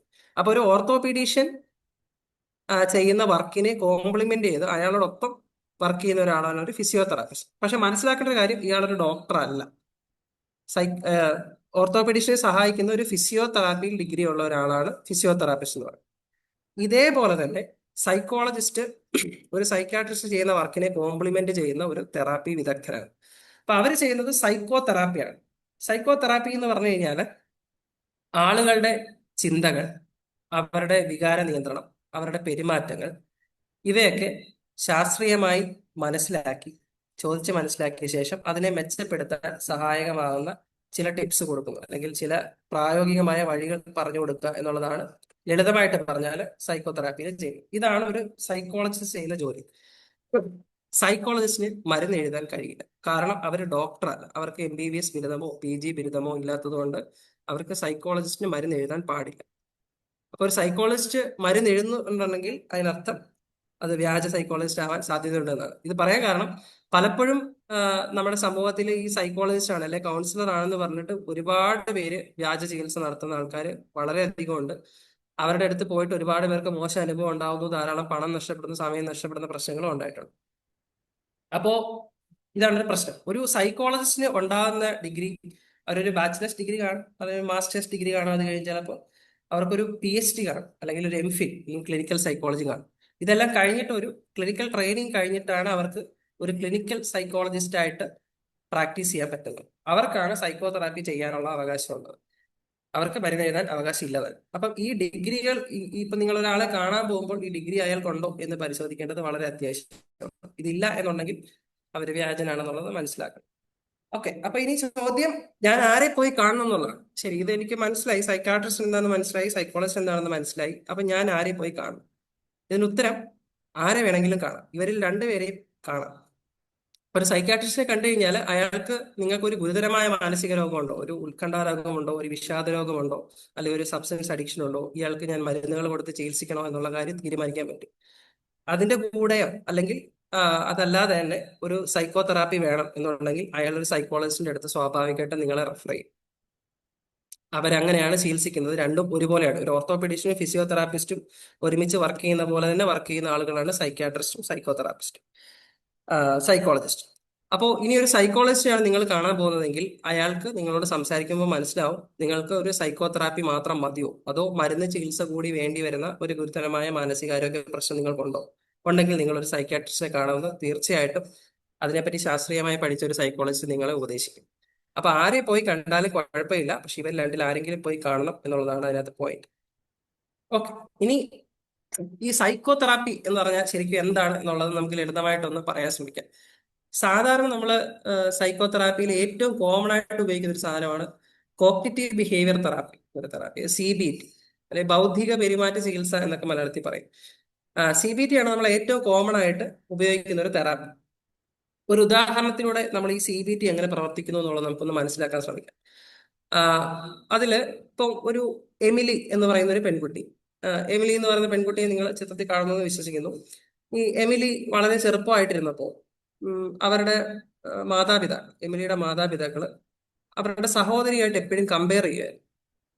എമിലിയുടെ സഹോദരി, അവള് നന്നായിട്ട് പടം വരയ്ക്കും, അവള് നന്നായിട്ട് ഡാൻസ് ചെയ്യും, അവള് നന്നായിട്ട് പഠിക്കും, അവൾ ഈ കോഴ്സ് എടുക്കാൻ പോവാണ്, അവൾക്ക് നല്ല ബുദ്ധിയുണ്ട്, നിനക്കിതൊന്നും ഇല്ലോ എന്ന് പറഞ്ഞിട്ട് നിരന്തരം അയാളെ കുറ്റപ്പെടുത്തുമായിരുന്നു. അപ്പൊ ഇങ്ങനെ കുറ്റപ്പെടുത്തലുകൾ കേട്ട് വളർന്നു വന്ന എമിലിക്ക് സ്വാഭാവികമായിട്ട് ഉണ്ടാകുന്ന ചില വിശ്വാസങ്ങളുണ്ട്. എന്നെ കൊണ്ട് ഒന്നിനും കൊള്ളില്ല, ഞാൻ വളരെ മോശപ്പെട്ട ഒരു വ്യക്തിയാണ്, ഞാനൊരു കഴിവും ഇല്ലാത്തവളാണ്, എനിക്ക് ഒന്നും മാനേജ് ചെയ്യാനോ ഒന്നിലും ശോഭിക്കാനോ കഴിയില്ല എന്നുള്ളത്. ഇത്തരം ചെറുപ്പത്തിൽ തന്നെ മനസ്സിൽ ഉറയ്ക്കുന്ന വികാരങ്ങൾ അല്ലെങ്കിൽ ചിന്തകളെ നമ്മൾ പറയുന്ന പേരാണ് കോർ ബിലീഫ് എന്ന് പറയുന്നത്. അതായത് നമ്മുടെ രൂഢമൂലമായ ചില വിശ്വാസങ്ങൾ. അപ്പൊ ഇത്തരം വിശ്വാസങ്ങളുമായിട്ട് ജീവിച്ചു പോകുന്ന എമിലി വളർന്ന് വലുതാകുമ്പോൾ വീട്ടുകാരൊരു വിവാഹമൊക്കെ കഴിപ്പിച്ചു വിടും. അപ്പൊ ഈ ഒരു വിശ്വാസമായിട്ട് തന്നെ ഇയാൾ ഈ വിവാഹത്തിലോട്ട് കടക്കുന്നു. പക്ഷെ നിർഭാഗ്യവശാൽ ഈ വിവാഹം സക്സസ്ഫുൾ ആകുന്നില്ല. അയാളുടെ വിവാഹത്തിൽ പ്രശ്നങ്ങൾ ഉണ്ടാകുന്നു. ഈ വിവാഹം അവർ ഡിവോഴ്സിലോട്ട് കലാശിക്കും. അപ്പൊ എമിലിക്ക് ചില നെഗറ്റീവ് തോട്ട് മനസ്സിൽ കയറി വരുവാണ്. എനിക്ക് അന്നേ അറിയായിരുന്നു ഞാനൊരു തോൽവിയാണ്, എന്നെ കൊണ്ട് ഈ വിവാഹം കൈകാര്യം ചെയ്യാൻ പറ്റിയില്ല, അല്ലെങ്കിൽ ഭർത്താവിനെ നന്നായിട്ട് നോക്കാനോ തൃപ്തിപ്പെടുത്താനോ എനിക്ക് പറ്റിയില്ല. എനിക്കൊരു വിവാഹബന്ധം മുന്നോട്ട് കൊണ്ടുപോകാൻ അറിയില്ല. അപ്പൊ ഞാൻ പണ്ട് വിചാരിച്ചിരുന്ന പോലെ തീർച്ചയായിട്ടും ഞാൻ ഒരു തോൽവിയാണ്, എന്നെ കൊണ്ട് ഇതിനൊന്നും പറ്റില്ല, ഞാൻ ജീവിച്ചിരിക്കുന്ന ഒരു കാര്യമില്ല. ഇത്തരം ചിന്തകൾ ഉണ്ടാവുന്നു. എമിലി പതിയെ ക്ലിനിക്കൽ ഡിപ്രഷനിലേക്ക് നീങ്ങും. അപ്പോ ഒരു സൈക്കോളജിസ്റ്റ് ചെയ്യുന്നത് ഈ ഹിസ്റ്ററി അയാൾ എടുക്കുന്നു. ഇങ്ങനെ പണ്ടുണ്ടായ പ്രശ്നങ്ങൾ, ഇത് കാരണം എമിലിക്കുണ്ടായ ഇത്തരം ചിന്താ വൈകല്യങ്ങളുണ്ട്. ഞാൻ ഒന്നിനും കൊള്ളാത്ത ഒരാളാണ്, എന്നെ കൊണ്ട് ഒന്നിനും പറ്റില്ല എന്ന് പറയുന്ന ഈ ചിന്തയെ എടുക്കുന്നു. ഈ ചിന്തയെ അയാൾ മോഡിഫൈ ചെയ്യാൻ ശ്രമിക്കുന്നു. തീർച്ചയായിട്ടും നമുക്കറിയാം, ഒരിക്കലും ഒന്നിനും കൊള്ളാത്ത ഒരാളോ ഒന്നും ചെയ്യാൻ അറിയാത്തുള്ള ഒരാളോ ലോകത്തില്ല. എല്ലാവർക്കും എന്തെങ്കിലും കഴിവുകളുണ്ട്, എല്ലാവർക്കും എന്തെങ്കിലും കാര്യത്തിൽ തീർച്ചയായിട്ടും ശോഭിക്കാൻ കഴിയും. ഇപ്പൊ എമിലിയുടെ വിവാഹം മുടങ്ങിയതിൽ അയാളുടെ ഈ പ്രശ്നത്തിന് ഒരു റോളും ഉണ്ടാവണമെന്നില്ല. അവർ തമ്മിൽ ഒത്തുപോകാൻ പറ്റാത്തതുകൊണ്ടാവാം, അല്ലെങ്കിൽ ഭർത്താവിന്റെ എന്തെങ്കിലും പ്രശ്നങ്ങൾ കൊണ്ടാവാം, പല കാരണങ്ങളും ആവാം. പക്ഷെ ഇങ്ങനെയുള്ള നെഗറ്റീവ് തോട്ടുകൾ എമിലിക്ക് വരുന്നത് തീർച്ചയായിട്ടും നമുക്ക് കോഗ്നിറ്റീവ് ബിഹേവിയർ തെറാപ്പി വഴി ചികിത്സിച്ച് മാറ്റാവുന്നതാണ്. പക്ഷെ പ്രശ്നം നിങ്ങൾക്ക് ഇപ്പം നമുക്ക് കേൾക്കുമ്പോൾ തന്നെ മനസ്സിലാവുന്ന ഒരു കാര്യമുണ്ട്. ഈ തെറാപ്പി എന്ന് പറഞ്ഞാൽ സമയം എടുക്കുന്ന ഒരു സംഗതിയാണ്. ഇപ്പൊ ഒരു 45 മിനിറ്റ് മുതൽ 1 മണിക്കൂർ വരെ എടുക്കുന്ന സെഷൻസ് ഉണ്ടാവും തെറാപ്പിയിൽ. സമയമെടുക്കും. അങ്ങനെയുള്ള ഒരുപാട് സെഷൻസ് വേണ്ടി വരും. ചിലപ്പോൾ ഒരു 10ഓ 12ഓ സെഷനൊക്കെ എടുത്തിട്ടേ അത് പൂർണ്ണമായിട്ടും നമുക്ക് ആ ഒരു ചിന്താരീതികളിൽ നിന്ന് പുറത്തു വരാൻ പറ്റുള്ളൂ. അപ്പോൾ സ്വാഭാവികമായിട്ട് അതിന് കുറച്ച് പണം ചെലവാകും. മാത്രമല്ല, അത്യാവശ്യം നല്ല തീവ്രത കൂടിയ മാനസികാരോഗ്യ പ്രശ്നങ്ങൾ, നമ്മൾ നേരത്തെ പറഞ്ഞു തീവ്ര വിഷാദത്തിന്റെ ലക്ഷണങ്ങൾ എന്തൊക്കെയാണ്. അത്തരം തീവ്രത കൂടിയ മാനസികാരോഗ്യ പ്രശ്നങ്ങൾ ഉണ്ടെങ്കിൽ ഈ തെറാപ്പി മാത്രം മതിയായി എന്ന് വരില്ല. തെറാപ്പിയിൽ ഒരുപക്ഷെ ഫലമൊന്നും കണ്ടു എന്ന് വരില്ല. അതിന് മരുന്ന് ചികിത്സ തന്നെ വേണ്ടി വരും. ഇനി മാനസികാരോഗ്യ പ്രശ്നങ്ങൾക്ക് മരുന്ന് ചികിത്സ ഈ ചിത്രത്തിൽ കാണിച്ചിരിക്കുന്ന പോലെ തന്നെ മരുന്ന് കൊണ്ട് സൈക്യാട്രിസ്റ്റ് വരുമ്പോഴേ ആളോടി രക്ഷപ്പെടും എന്നുള്ള ഒരു പ്രശ്നം നമ്മുടെ സമൂഹത്തിലുണ്ട്. അപ്പോൾ മാനസികാരോഗ്യ പ്രശ്നങ്ങൾക്ക് സൈക്യാട്രിസ്റ്റ് ആണ് മരുന്ന് കൊടുക്കുന്നത്. പല മരുന്നുകളുണ്ട്. ഇപ്പം വിഷാദ വിരുദ്ധ മരുന്നുകളുണ്ട്, ഉത്കണ്ഠ വിരുദ്ധ മരുന്നുകളുണ്ട്, ലഹരിയുടെ ആസക്തി കുറയ്ക്കുന്ന മരുന്നുകളുണ്ട്. അപ്പം എന്തുകൊണ്ട് നമ്മുടെ സമൂഹത്തില് ആളുകൾ മരുന്നുകളെ വേണ്ട, അല്ലെങ്കിൽ എനിക്ക് മരുന്ന് ചികിത്സ പറ്റൂല എന്ന് പറയുന്നത് എന്തുകൊണ്ടാണ് നമുക്ക് നോക്കാം. ഒന്നാമത്തെ കാര്യം, എനിക്ക് അവർ സ്ഥിരം പറയുന്ന ഒരു കാര്യമാണ്, എനിക്ക് മരുന്ന് വേണ്ട, സമ്മർദ്ദം ഞാൻ തന്നെ കൈകാര്യം ചെയ്യണം. അതാണല്ലോ ശരി. അതിനകത്തൊരു പ്രശ്നം അവർ ചിന്തിക്കുന്നത് മരുന്ന് കഴിക്കുന്ന എന്തോ ഒരു ദൗർബല്യമാണ്. അപ്പം ഇതെനിക്ക് സമ്മർദ്ദം എനിക്ക് തന്നെ ഹാൻഡിൽ ചെയ്യാൻ പറ്റേണ്ട ഒരു സംഗതിയാണ്. ഈ മരുന്ന് കഴിക്കുക എന്നൊക്കെ പറഞ്ഞാൽ അപ്പൊ ഞാൻ ദുർബലനാണെന്നാണ്. അത് ഞാൻ സമ്മതിക്കില്ല, അതുകൊണ്ട് ഞാൻ മരുന്ന് കഴിക്കില്ല എന്നാണ് അതിനകത്ത് പറയുന്ന ഒരു പ്രമേയം. അതാണ്. പക്ഷെ പ്രശ്നം ഇപ്പൊ നിങ്ങള് ഹൈപ്പർ ടെൻഷൻ അല്ലെങ്കിൽ ഉയർന്ന രക്തസമ്മർദ്ദം, ഡയബറ്റിസ് പോലുള്ള രോഗങ്ങൾക്ക് നമ്മൾ മനസ്സുകൊണ്ട് നിയന്ത്രിക്കാൻ പറ്റില്ല. അതുപോലെ തന്നെ സമ്മർദ്ദം നിങ്ങൾക്കൊരു മാനസികാരോഗ്യ ആയി കഴിഞ്ഞാൽ നിങ്ങളെ കൊണ്ട് സ്വന്തമായിട്ട് അത് നിയന്ത്രിക്കാൻ ബുദ്ധിമുട്ടായിരിക്കും. അപ്പൊ അത്തരം ആരോഗ്യ പ്രശ്നങ്ങൾ ഉള്ളപ്പോൾ മരുന്ന് ആവശ്യമായിട്ട് വരും. മരുന്ന് നിങ്ങളുടെ തലച്ചോറിലെ ഈ കെമിക്കൽ ഇംബാലൻസിനെ കറക്റ്റ് ചെയ്യുന്നു. പതിയെ നിങ്ങളുടെ ആ ഡിപ്രഷന്റെ മോഡ് ശരിയായി വരും. അപ്പൊ ഒരിക്കലും അതൊരു ദൗർബല്യമല്ല, മറിച്ച് നിങ്ങൾ തലച്ചോറിന് വേണ്ട പിന്തുണ നൽകുകയാണ് ചെയ്യുന്നത്. ഇനി രണ്ടാമത്തെ സംഗതിയാണ്, സൈക്യാട്രി മരുന്ന് കഴിച്ചാൽ ഞാൻ അതിന് അടിമയായിരിക്കും, ഞാൻ അതില്ലാതെ എനിക്ക് ജീവിക്കാൻ പറ്റാത്തൊരവസ്ഥ വരും. അത് പ്രശ്നം ഇവിടെ ചെയ്യുന്നത് ഈ മയക്കുമരുന്നുകളും ഡോക്ടർ നിർദ്ദേശിക്കുന്ന മാനസികാരോഗ്യ മരുന്നുകളും തമ്മിൽ കൺഫ്യൂഷൻ ഉണ്ടാകുന്നതാണ് പ്രശ്നം. അപ്പം അതിനകത്തൊരു നമ്മൾ മനസ്സിലാക്കേണ്ട പ്രധാന കാര്യം, ഒരിക്കലും മാനസികാരോഗ്യ മരുന്നുകൾ മയക്കുമരുന്നുകളല്ല.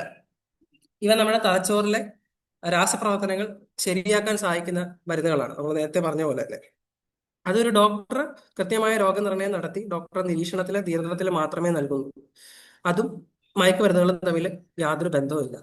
അതുപോലെ തന്നെ ഒരിക്കലും ഇത് കഴിച്ചു കഴിഞ്ഞാൽ ഞാൻ ജീവിതകാലം മൊത്തം കഴിക്കേണ്ടി വരും എന്നൊരു വിശ്വാസമുണ്ട്. അത് തീർച്ചയായിട്ടും തെറ്റാണ്.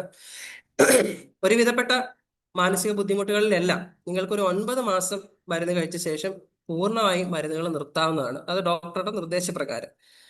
മിക്ക ആളുകൾക്കും 9 മാസത്തിന് ശേഷം മരുന്ന് നിർത്തുകയാണെന്നുണ്ടെങ്കിൽ യാതൊരു കുഴപ്പവും, വീണ്ടും ഈ കുഴപ്പം ഉണ്ടാവാത്ത രീതിയിൽ തന്നെ നോർമലായി ജീവിച്ചു പോകാൻ പറ്റുന്നതാണ്. ചെറിയൊരു വിഭാഗം ആൾക്കാർ, അതായത് വളരെ ഗുരുതരമായിട്ടുള്ള പ്രശ്നങ്ങൾ ഉണ്ടായിരുന്നവർ, അല്ലെങ്കിൽ കുടുംബത്തിൽ തന്നെ ഒരുപാട് പേർക്ക് ഇങ്ങനത്തെ പ്രശ്നങ്ങൾ ഉണ്ടായിരുന്നവർക്ക് ചെറിയൊരു റിസ്ക് ഉണ്ട്, വീണ്ടും വീണ്ടും ഈ പ്രശ്നം വരാനുള്ള ഒരു റിസ്ക് ഉണ്ട്. അങ്ങനെയുള്ള ആളുകൾക്ക് മാത്രം കുറെ നാൾ മരുന്ന് കഴിക്കേണ്ടി വന്നത്. പക്ഷെ ഭൂരിഭാഗം പേർക്കും ഒരു 9 മാസത്തെ ചികിത്സയ്ക്ക് ശേഷം മരുന്നുകൾ പതിയെ പതിയെ നിർത്തി പൂർണ്ണമായും മരുന്നുകൾ ഇല്ലാത്തൊരവസ്ഥയിലോട്ട് പോകാൻ കഴിയും. മൂന്നാമത്തെ സംഗതിയാണ്, ഇങ്ങനെ മരുന്നൊക്കെ ദീർഘകാലമായിട്ട് കഴിച്ചു കഴിഞ്ഞാൽ അത് എന്റെ ശരീരത്തെയോ തലച്ചോറിനെയോ ദോഷകരമായി ബാധിക്കുന്നത്. അത് ഈ പാർശ്വഫലങ്ങളോടുള്ള അമിതമായ പേടിയാണ്. അപ്പോ പലപ്പോഴും പറഞ്ഞൊരു സംഗതിയാണ്, ഡോക്ടർ ഈ മരുന്ന് ഒരുപാട് കഴിച്ചു കഴിഞ്ഞാൽ എന്റെ കിഡ്നിയെ ബാധിക്കില്ലേ, എന്റെ കരള് അടിച്ചു പോയില്ലേ എന്നൊക്കെ പറയാം. ഇത് നമ്മൾ ഈ സൈഡ് ഇഫക്റ്റിനോടുള്ള പേടിയാണ്.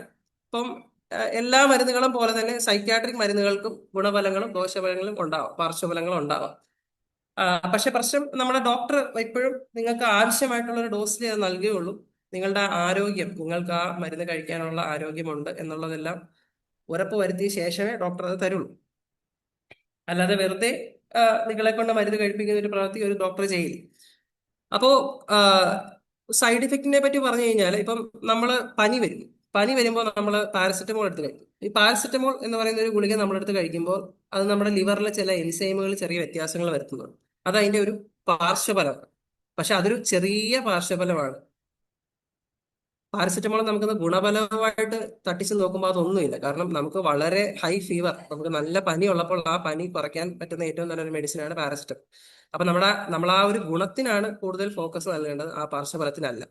അതുപോലെ തന്നെ നമ്മൾ ക്യാൻസർ ചികിത്സയ്ക്ക് വേണ്ടി ട്രീറ്റ്മെന്റ് എടുക്കുമ്പോൾ മുടികൊഴിച്ചിൽ ഉണ്ടാകുക എന്നൊരു പാർശ്വഫലം സ്വാഭാവികമായിട്ടും ഉണ്ടാവും.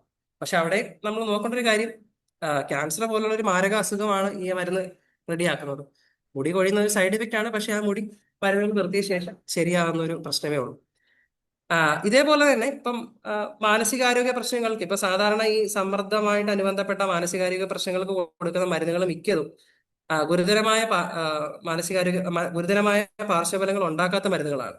ലഘുവായിട്ടുള്ള പ്രശ്നങ്ങൾ, ഇപ്പൊ സാധാരണ പറഞ്ഞത്, ഇപ്പൊ ചിലർക്ക് ചില ഓക്കാനം, ഒരു ഛർദി പോലെ തോന്നും, ചിലർക്ക് കുറച്ച് ദിവസത്തേക്ക് നീണ്ടിരിക്കുന്ന ഒരു തലവേദനയോ അല്ലെങ്കിൽ നെഞ്ചിരിച്ചിന് പോലെയോ തോന്നും. അത് മാത്രമേ മിക്കപ്പോഴും ഈ മരുന്നുകൾ ഉണ്ടാക്കാറുള്ളൂ. ബാക്കിയുള്ള പല മരുന്നുകളായിട്ട് തട്ടിച്ച് നോക്കുമ്പോൾ സത്യം പറഞ്ഞാൽ മാനസികാരോഗ്യ ചികിത്സയ്ക്കുള്ള മരുന്നുകൾ വളരെ കുറഞ്ഞ സൈഡ് ഇഫക്റ്റ് ഉണ്ടാക്കുന്നുള്ളൂ എന്നാണ് സത്യം. പക്ഷെ നമ്മുടെ സമൂഹത്തിൽ വിശ്വസിക്കുന്നത് മറിച്ചാണ്.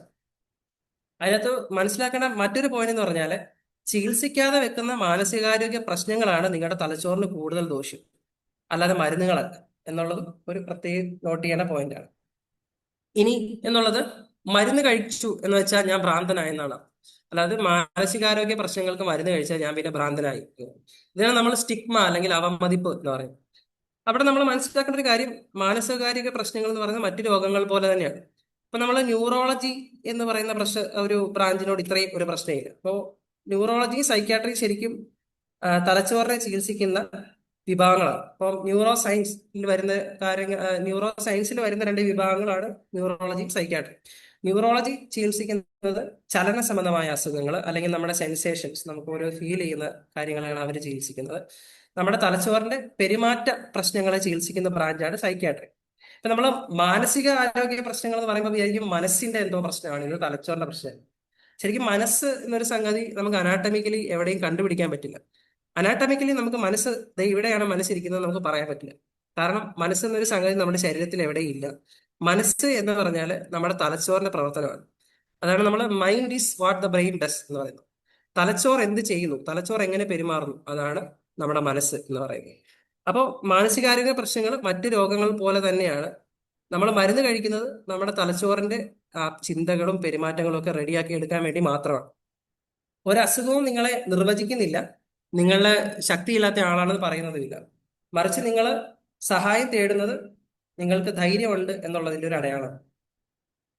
അപ്പോ ചുരുക്കി പറഞ്ഞാൽ അവസാനമായി പറയാനുള്ളത്, മാനസിക സമ്മർദ്ദം ലോകമെമ്പാടും ഒരുപാട് ആളുകളെ ബാധിക്കുന്ന ഒരു ഗൗരവമുള്ള ഒരു ആരോഗ്യ പ്രശ്നമാണ്. 77% ആളുകൾ ലോകത്ത് മാനസിക സമ്മർദ്ദം അനുഭവപ്പെടുന്നുണ്ട് എന്നാണ് പറയപ്പെടുന്നത്. ഇതിൽ തന്നെ മാനസിക ആരോഗ്യ പ്രശ്നങ്ങൾ സമ്മർദ്ദം കാരണം ഉണ്ടാകുന്നുണ്ട്. നമ്മൾ നേരത്തെ പറഞ്ഞ പോലെ വിഷാദ രോഗം, ഉത്കണ്ഠ രോഗങ്ങൾ, ഉറക്ക പ്രശ്നങ്ങൾ, ലഹരി വസ്തുക്കളുടെ ഉപയോഗം പോലുള്ള ഒരുപാട് രോഗങ്ങൾ ഇവർക്ക് ഉണ്ടാവുകയും അത് അവരുടെ ജീവിത നിലവാരത്തെ കാര്യമായി ബാധിക്കുകയും ചെയ്യും. അപ്പോ നമ്മൾ നേരത്തെ പറഞ്ഞ പോലെ തന്നെ ഈ സമ്മർദ്ദ സംബന്ധമായ ഇത്തരം മാനസികാരോഗ്യ പ്രശ്നങ്ങളെല്ലാം നമുക്ക് തീർച്ചയായിട്ടും ചികിത്സിച്ച് പൂർണ്ണമായി മാറ്റാവുന്നവയാണ്. ഇത് നേരത്തെ തിരിച്ചറിയുകയും ആവശ്യമായിട്ടുള്ള സഹായവും തേടുക എന്നുള്ളതാണ് നമ്മൾ ചെയ്യേണ്ടത്. നമ്മൾ മുൻപ് പറഞ്ഞ പോലെ ചില ജീവിതശൈലി മാറ്റങ്ങൾ, അതിന് വേണ്ട സൈക്കോതെറാപ്പി അല്ലെങ്കിൽ മെഡിസിൻ കൊണ്ടുള്ള ചികിത്സ വഴി പൂർണ്ണമായിട്ടും നമ്മുടെ ആരോഗ്യവും സന്തോഷവും നമുക്ക് തിരിച്ചു പിടിക്കാവുന്നേ ഉള്ളൂ.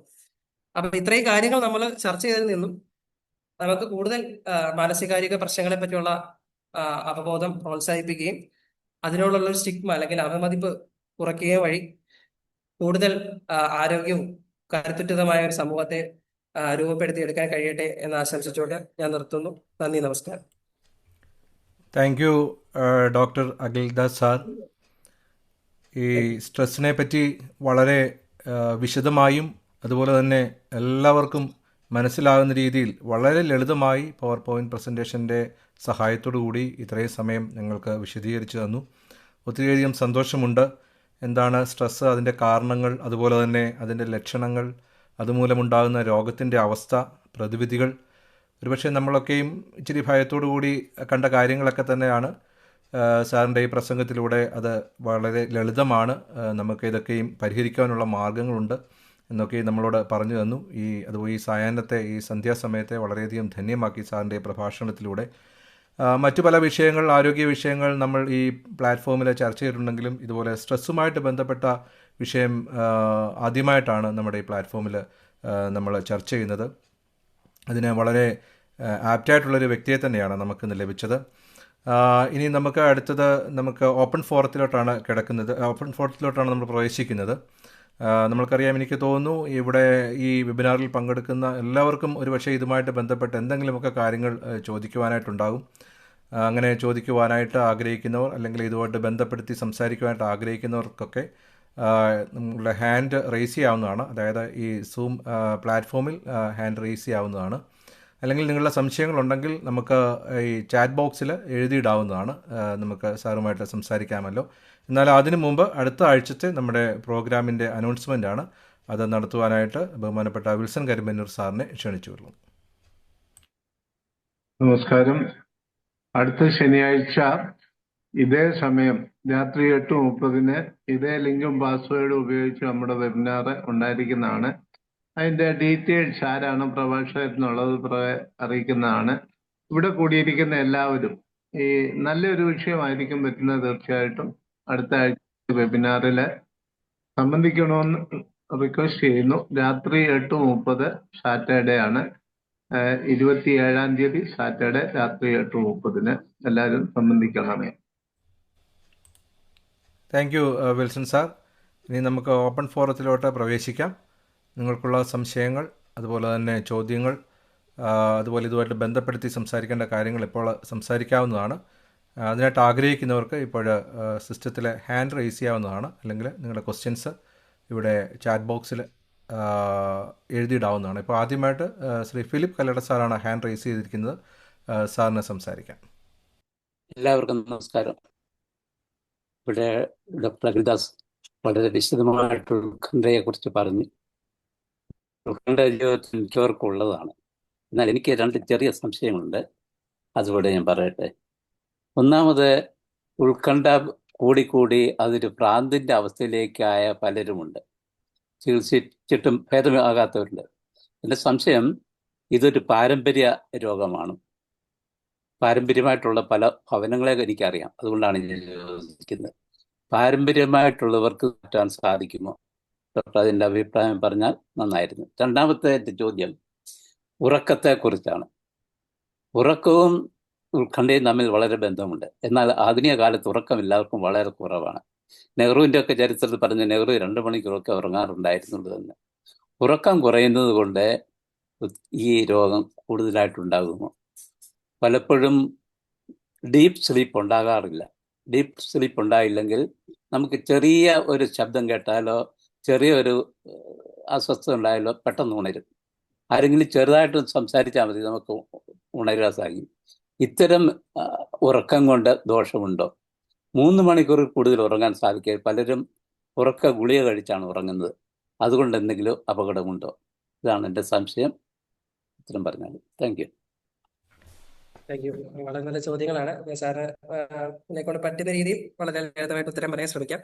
ഒന്നാമത്തെ കാര്യം, മാനസികാരോഗ്യ പ്രശ്നങ്ങളിൽ ജനിതകമായിട്ടുള്ള അല്ലെങ്കിൽ പാരമ്പര്യ രോഗങ്ങളാണെന്നുള്ളത്. തീർച്ചയായിട്ടും മാനസികാരോഗ്യ പ്രശ്നങ്ങൾക്ക് ഒരു പാരമ്പര്യ രോഗത്തിന്റെ ഒരു രീതിയുണ്ട്. കാരണം നമ്മളിപ്പം ചില ഗുരുതരമായ മാനസിക രോഗങ്ങൾ, ഇപ്പൊ സ്കിസോഫ്രീനിയ, ബൈപ്പോളാർ ഡിസോർഡർ, നമ്മളിപ്പോൾ ലളിതമായിട്ട് പറഞ്ഞ ഭ്രാന്ത് എന്ന് പറയുന്ന അസുഖങ്ങൾക്ക് 70% മുതൽ 80% വരെ ഹെറിറ്റബിൾ ആണ്. അതായത് പാരമ്പര്യ രോഗങ്ങളാണ് 70-80% വരെ. അതുപോലെ വിഷാദ രോഗം, ഉത്കണ്ഠ രോഗങ്ങൾക്കും ഒരു ഇടത്തരം രീതിയിൽ ഹെറിറ്റബിലിറ്റി ഉണ്ട്. അതായത് നമ്മുടെ ഫാമിലിയിൽ ആർക്കെങ്കിലും വിഷാദ രോഗമോ ഉത്കണ്ഠ രോഗമോ ഉണ്ടെങ്കിൽ നമുക്ക് അത് വരാൻ ഒരു 40 മുതൽ 50% വരെ സാധ്യത തീർച്ചയായിട്ടും ഉണ്ട്. അപ്പം നമ്മൾ നേരത്തെ പറഞ്ഞ പോലെ ഇപ്പോൾ സമ്മർദ്ദം മാത്രം കാരണവും ഇത്തരം മാനസികാരോഗ്യ പ്രശ്നങ്ങൾ ഉണ്ടാവാം. അവർക്ക് ഒരു പക്ഷേ ആ സമ്മർദ്ദം അതിജീവിച്ചതിന് ശേഷം നമുക്ക് മരുന്നുകളൊക്കെ സ്റ്റോപ്പ് ചെയ്യാം, അല്ലെങ്കിൽ ഒരു 9 മാസം കഴിഞ്ഞ് മരുന്നുകൾ സ്റ്റോപ്പ് ചെയ്യാൻ പറ്റും. എന്നാൽ ഈ പാരമ്പര്യമായിട്ട് തന്നെ ഇത്തരം രോഗങ്ങളുള്ള ആളുകൾക്ക് കുറച്ച് നാൾ മരുന്ന് കഴിക്കേണ്ടി വരാം. ഒരു പക്ഷേ ജീവിതകാലം മൊത്തം കഴിക്കേണ്ടി വന്നേക്കാം. പക്ഷെ അത് അവരെ സപ്പോർട്ട് ചെയ്യാൻ വേണ്ടിയിട്ടാണ്. ഒരിക്കലും അതൊരു പ്രശ്നമായിട്ട് കാണേണ്ട ആവശ്യമില്ല. അവർ ആ മരുന്ന് കഴിച്ച് ഹാപ്പി ആയിട്ടിരിക്കുന്നുണ്ടെങ്കിൽ തീർച്ചയായിട്ടും അവർ തുടരുന്നത് തന്നെയായിരിക്കും നല്ലത്. അത് ഒന്നാമത്തെ ചോദ്യം. പിന്നെ രണ്ടാമത് ഉറക്കത്തിന്റെ കാര്യം. തീർച്ചയായിട്ടും നമുക്ക് ഉറക്കമില്ലാത്തത് ഗുരുതരമായിട്ടുള്ള മാനസികാരോഗ്യ പ്രശ്നങ്ങളുണ്ടാവും. അപ്പൊ നമുക്ക് വിഷാദ രോഗം അല്ലെ ഉത്കണ്ഠ രോഗങ്ങളൊക്കെ ഉണ്ടാകുന്നതിന് അതിന്റെ ഒരു പ്രധാന ലക്ഷണം തന്നെ ഉറക്കമില്ലായ്മയാണ്. ഉറക്കമില്ലായ്മ നമ്മുടെ ഓർമ്മ, നമ്മുടെ ബുദ്ധി, നമ്മുടെ വികാരങ്ങള്, നമ്മുടെ ഉത്കണ്ഠയുടെ ലെവൽ, ഇതിനെയെല്ലാം സാരമായിട്ട് ബാധിക്കും. അതാണ് നമ്മൾ കഴിയുന്നതും എല്ലാവരും കൃത്യമായി ഉറങ്ങുകയും ഉണരുകയും ചെയ്യണം എന്ന് പറയുന്നത്. ഒരു 7 മണിക്കൂർ സ്ലീപ്പ് ശരിക്കും ഒരു വ്യക്തിക്ക് ആവശ്യമുള്ളതാണ്. നമുക്ക് ഒരുപാട് നാൾ ഉറക്കമില്ലാതിരിക്കുന്നത് തീർച്ചയായിട്ടും ഇത്തരം മാനസികാരോഗ്യ പ്രശ്നങ്ങൾ ഉണ്ടാകും. പിന്നെ ഇപ്പൊ നെഹ്റുവിന്റെ ഒക്കെ കാര്യം പറഞ്ഞ പോലെ ചില ആളുകൾ ഷോർട്ട് സ്ലീപ്പർ എന്ന് നമ്മൾ പറയും. അതായത് അവർക്ക് കുറച്ച് നേരത്തേക്ക് ഉറക്കേണ്ട ആവശ്യമുള്ളൂ. അവർക്ക് അതുകൊണ്ട് തന്നെ അവർക്ക് നോർമൽ ബുദ്ധി വൈഭവത്തോടെയും നോർമലായിട്ട് തന്നെ ജീവിക്കാൻ പറ്റും. അങ്ങനെയുള്ള ആളുകൾ ഒരു എക്സെപ്ഷനാണ്. ചില ആളുകൾ അങ്ങനെയാണ്, അവർക്ക് അതുകൊണ്ട് പ്രത്യേകിച്ച് ആരോഗ്യ പ്രശ്നങ്ങൾ ഉണ്ടാവാറില്ല. പക്ഷെ മഹാഭൂരിപക്ഷം പേർക്കും ഒരു 7 മണിക്കൂർ ഉറക്കം വേണം എന്നുള്ളതാണ് വസ്തുത.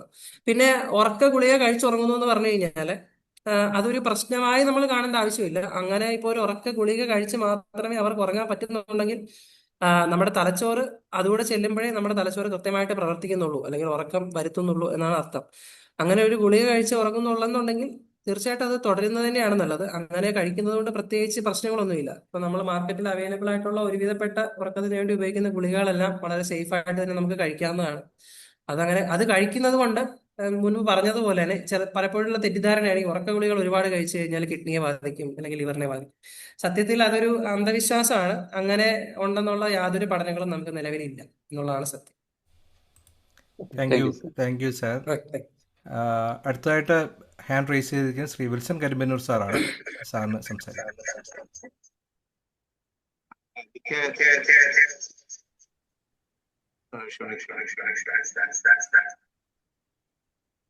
ഈ ചോദിക്കാനുണ്ടായിരുന്ന ഒരു കാര്യം, ഈ മാനസികാരോഗ്യ പ്രശ്നവും അതിന്റെ ഉൾക്കൊണ്ട് അല്ലെങ്കിൽ ഇതുപോലുള്ള വിഷയത്തിൽ നിന്നൊരു ഭ്രാന്തിന്റെ അവസ്ഥയിലേക്ക് അല്ലെങ്കിൽ കൺട്രോൾ ചെയ്യാൻ മേലാത്ത അവസ്ഥയിലേക്ക് ചിലപ്പോൾ മനുഷ്യർ പോകുന്നതായിട്ട് കണ്ടിട്ടുണ്ട്.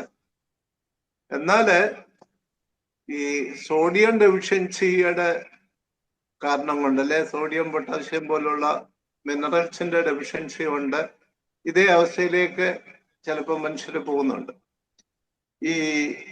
ഈ രീതിയിൽ രണ്ട് വ്യത്യസ്തമായ വിഷയം കൊണ്ട് ആൾക്കാർ ഒരേ അവസ്ഥയിൽ, അതായത് മാനസിക വിഭ്രാന്തിയിലേക്ക് പോകുന്നതായിട്ട് മനസ്സിലാക്കുന്നുണ്ട്. ഇത് പെട്ടെന്ന് പലപ്പോഴും തിരിച്ചറിയാൻ പറ്റാതെ പോയിട്ടുണ്ട്. എനിക്ക് ചില പരിചയമുള്ള വ്യക്തികളുടെ അനുഭവത്തില് പ്രയാസം സോഡിയം ഡെഫിഷ്യൻസി ആയിരുന്നു എന്ന് കുറെ നാളുകൾക്ക് ശേഷമാണ് കണ്ടുപിടിക്കുന്നത്. അപ്പൊ ഇതിനെപ്പറ്റി ഈ രണ്ട് രീതിയിലുള്ള മാനസിക പ്രയാസങ്ങൾ ഉണ്ടാകുന്നതിനെ പറ്റി ഡോക്ടറിന്റെ ഒരു അഭിപ്രായം അറിഞ്ഞാൽ കൊള്ളാവുന്നുണ്ട്. രണ്ടാമത്, ഒരു the monk who sold his Ferrari എന്ന് പറഞ്ഞ റോബിൻ ശർമ്മ എഴുതിയ ഒരു പുസ്തകമുണ്ട്. അതിനകത്ത് അദ്ദേഹം അതിലെ ഒരു മെയിൻ ക്യാരക്ടർ എല്ലാ ദിവസവും 2 മണിക്കൂർ അല്ലെ 3 മണിക്കൂറിൽ കൂടുതൽ ഉറങ്ങത്തില്ല. അത് അദ്ദേഹത്തിന്റെ ഒരു സന്യാസി വര്യനായിട്ടാണ് ആ ക്യാരക്ടർ. അദ്ദേഹം ഉറക്കത്തിന്റെ ഒരു ടെക്നിക്ക്, അതായത് ഡീപ്പ് സ്ലീപ്പ് എന്ന് പറഞ്ഞാൽ ആ 2 മണിക്കൂർ കൊണ്ട് എക്സ്ട്രാ ഓർഡിനറി ലെവലിലേക്ക് ഈ ലോകം മുഴുവനും തലകീഴായിട്ട് പറഞ്ഞാൽ പോലും ഉണരാൻ മേലാത്ത അവസ്ഥയിലേക്ക് ഉറങ്ങാനായിട്ട് അദ്ദേഹത്തിന് പറ്റുന്ന രീതിയിലാണ് അവിടെ അവതരിപ്പിച്ചിരിക്കുന്നത്. അപ്പൊ അങ്ങനെ വലിയ എഴുത്തുകാരും സയന്റിസ്റ്റുകളും ലോകത്തിനെ വലിയ കീഴ്മേൽ മറിച്ച ആൾക്കാർക്കെല്ലാം ഉറക്കം തീരെ കുറവായിരുന്നു. അപ്പൊ ഈ അവസ്ഥയിൽ എത്തുന്നവരായിരിക്കും ഇങ്ങനെന്ന് ഞാൻ വിചാരിക്കുന്നത്. അതുകൊണ്ട് ഈ ഉറക്കം 7 മണിക്കൂർ അല്ലെ 8 മണിക്കൂർ ഉറങ്ങുന്നവരും ഈ തീരെ കുറഞ്ഞുറങ്ങുന്നവരും തമ്മിലുള്ള വ്യത്യാസം, പല കുറഞ്ഞുറങ്ങുന്നവർ വലിയ വലിയ ആൾക്കാരായിട്ട് ഉയരുന്നുണ്ട്. അപ്പം ഉറക്കത്തിന്റെ ആ ടെക്നിക്ക് മനസ്സിലാക്കിയാൽ, ഡീപ്പ് ഉറക്കം കിട്ടിയാല് ഈ രീതിയിൽ 8 മണിക്കൂറിന്റെ ആവശ്യമില്ലല്ലോ. അതിനെപ്പറ്റിയും ഡോക്ടർ ഒന്ന് പറഞ്ഞാൽ കൊള്ളായിരുന്നു. ആദ്യത്തെ ചോദ്യത്തിലോട്ട് വരാം. ഈ സോഡിയം കുറയുന്നു. സോഡിയം കുറയുന്നത് മാത്രമല്ല, ഈ സോഡിയം കുറയുന്നു അല്ലെങ്കിൽ നമ്മുടെ ശരീരത്തിൽ ഷുഗർ താഴ്ന്നു പോകുന്നു, അല്ലെങ്കിൽ പൊട്ടാസ്യം ലെവലിൽ വ്യത്യാസം വരുന്നു, കാൽഷ്യം ലെവലിൽ വ്യത്യാസം വരുന്നു. ഇങ്ങനെയൊക്കെയുള്ള പ്രശ്നങ്ങളിൽ ഉണ്ടാകുന്നത് മാനസിക പ്രശ്നം, അത് വേറൊരു പ്രശ്നമാണ്. അത് നമ്മൾ പെട്ടെന്നുണ്ടാകുന്ന ഒരു ആ, മാനസികാവസ്ഥയാണ്. അതായത് നമ്മൾ അതിനെ ലക്കുകേട് എന്നൊക്കെ പറയും. മലയാളത്തിൽ നമ്മൾ ലക്കുകേട് എന്നാണ് അതിനെ പറയുന്നത്. അതായത് സ്ഥലകാല ബോധം നഷ്ടപ്പെടുന്ന ഒരു അവസ്ഥ. നമ്മളത് ക്ലിനിക്കലി നമ്മൾ അതിനെ ഡെലീരിയം എന്ന് പറയുന്ന ഒരു അവസ്ഥയായിട്ടാണ് പറയുന്നത്. അത് ഇതുമായിട്ട് ബന്ധമില്ലാത്തൊരു പ്രശ്നമാണ്. ശരിക്കും അതൊരു മാനസിക ആരോഗ്യ പ്രശ്നമല്ല. അത് ആ സോഡിയം കുറഞ്ഞത് കാരണം അവരുടെ തലച്ചോറ് പെട്ടെന്നൊന്ന് റിയാക്ട് ചെയ്യുന്നതാണ്.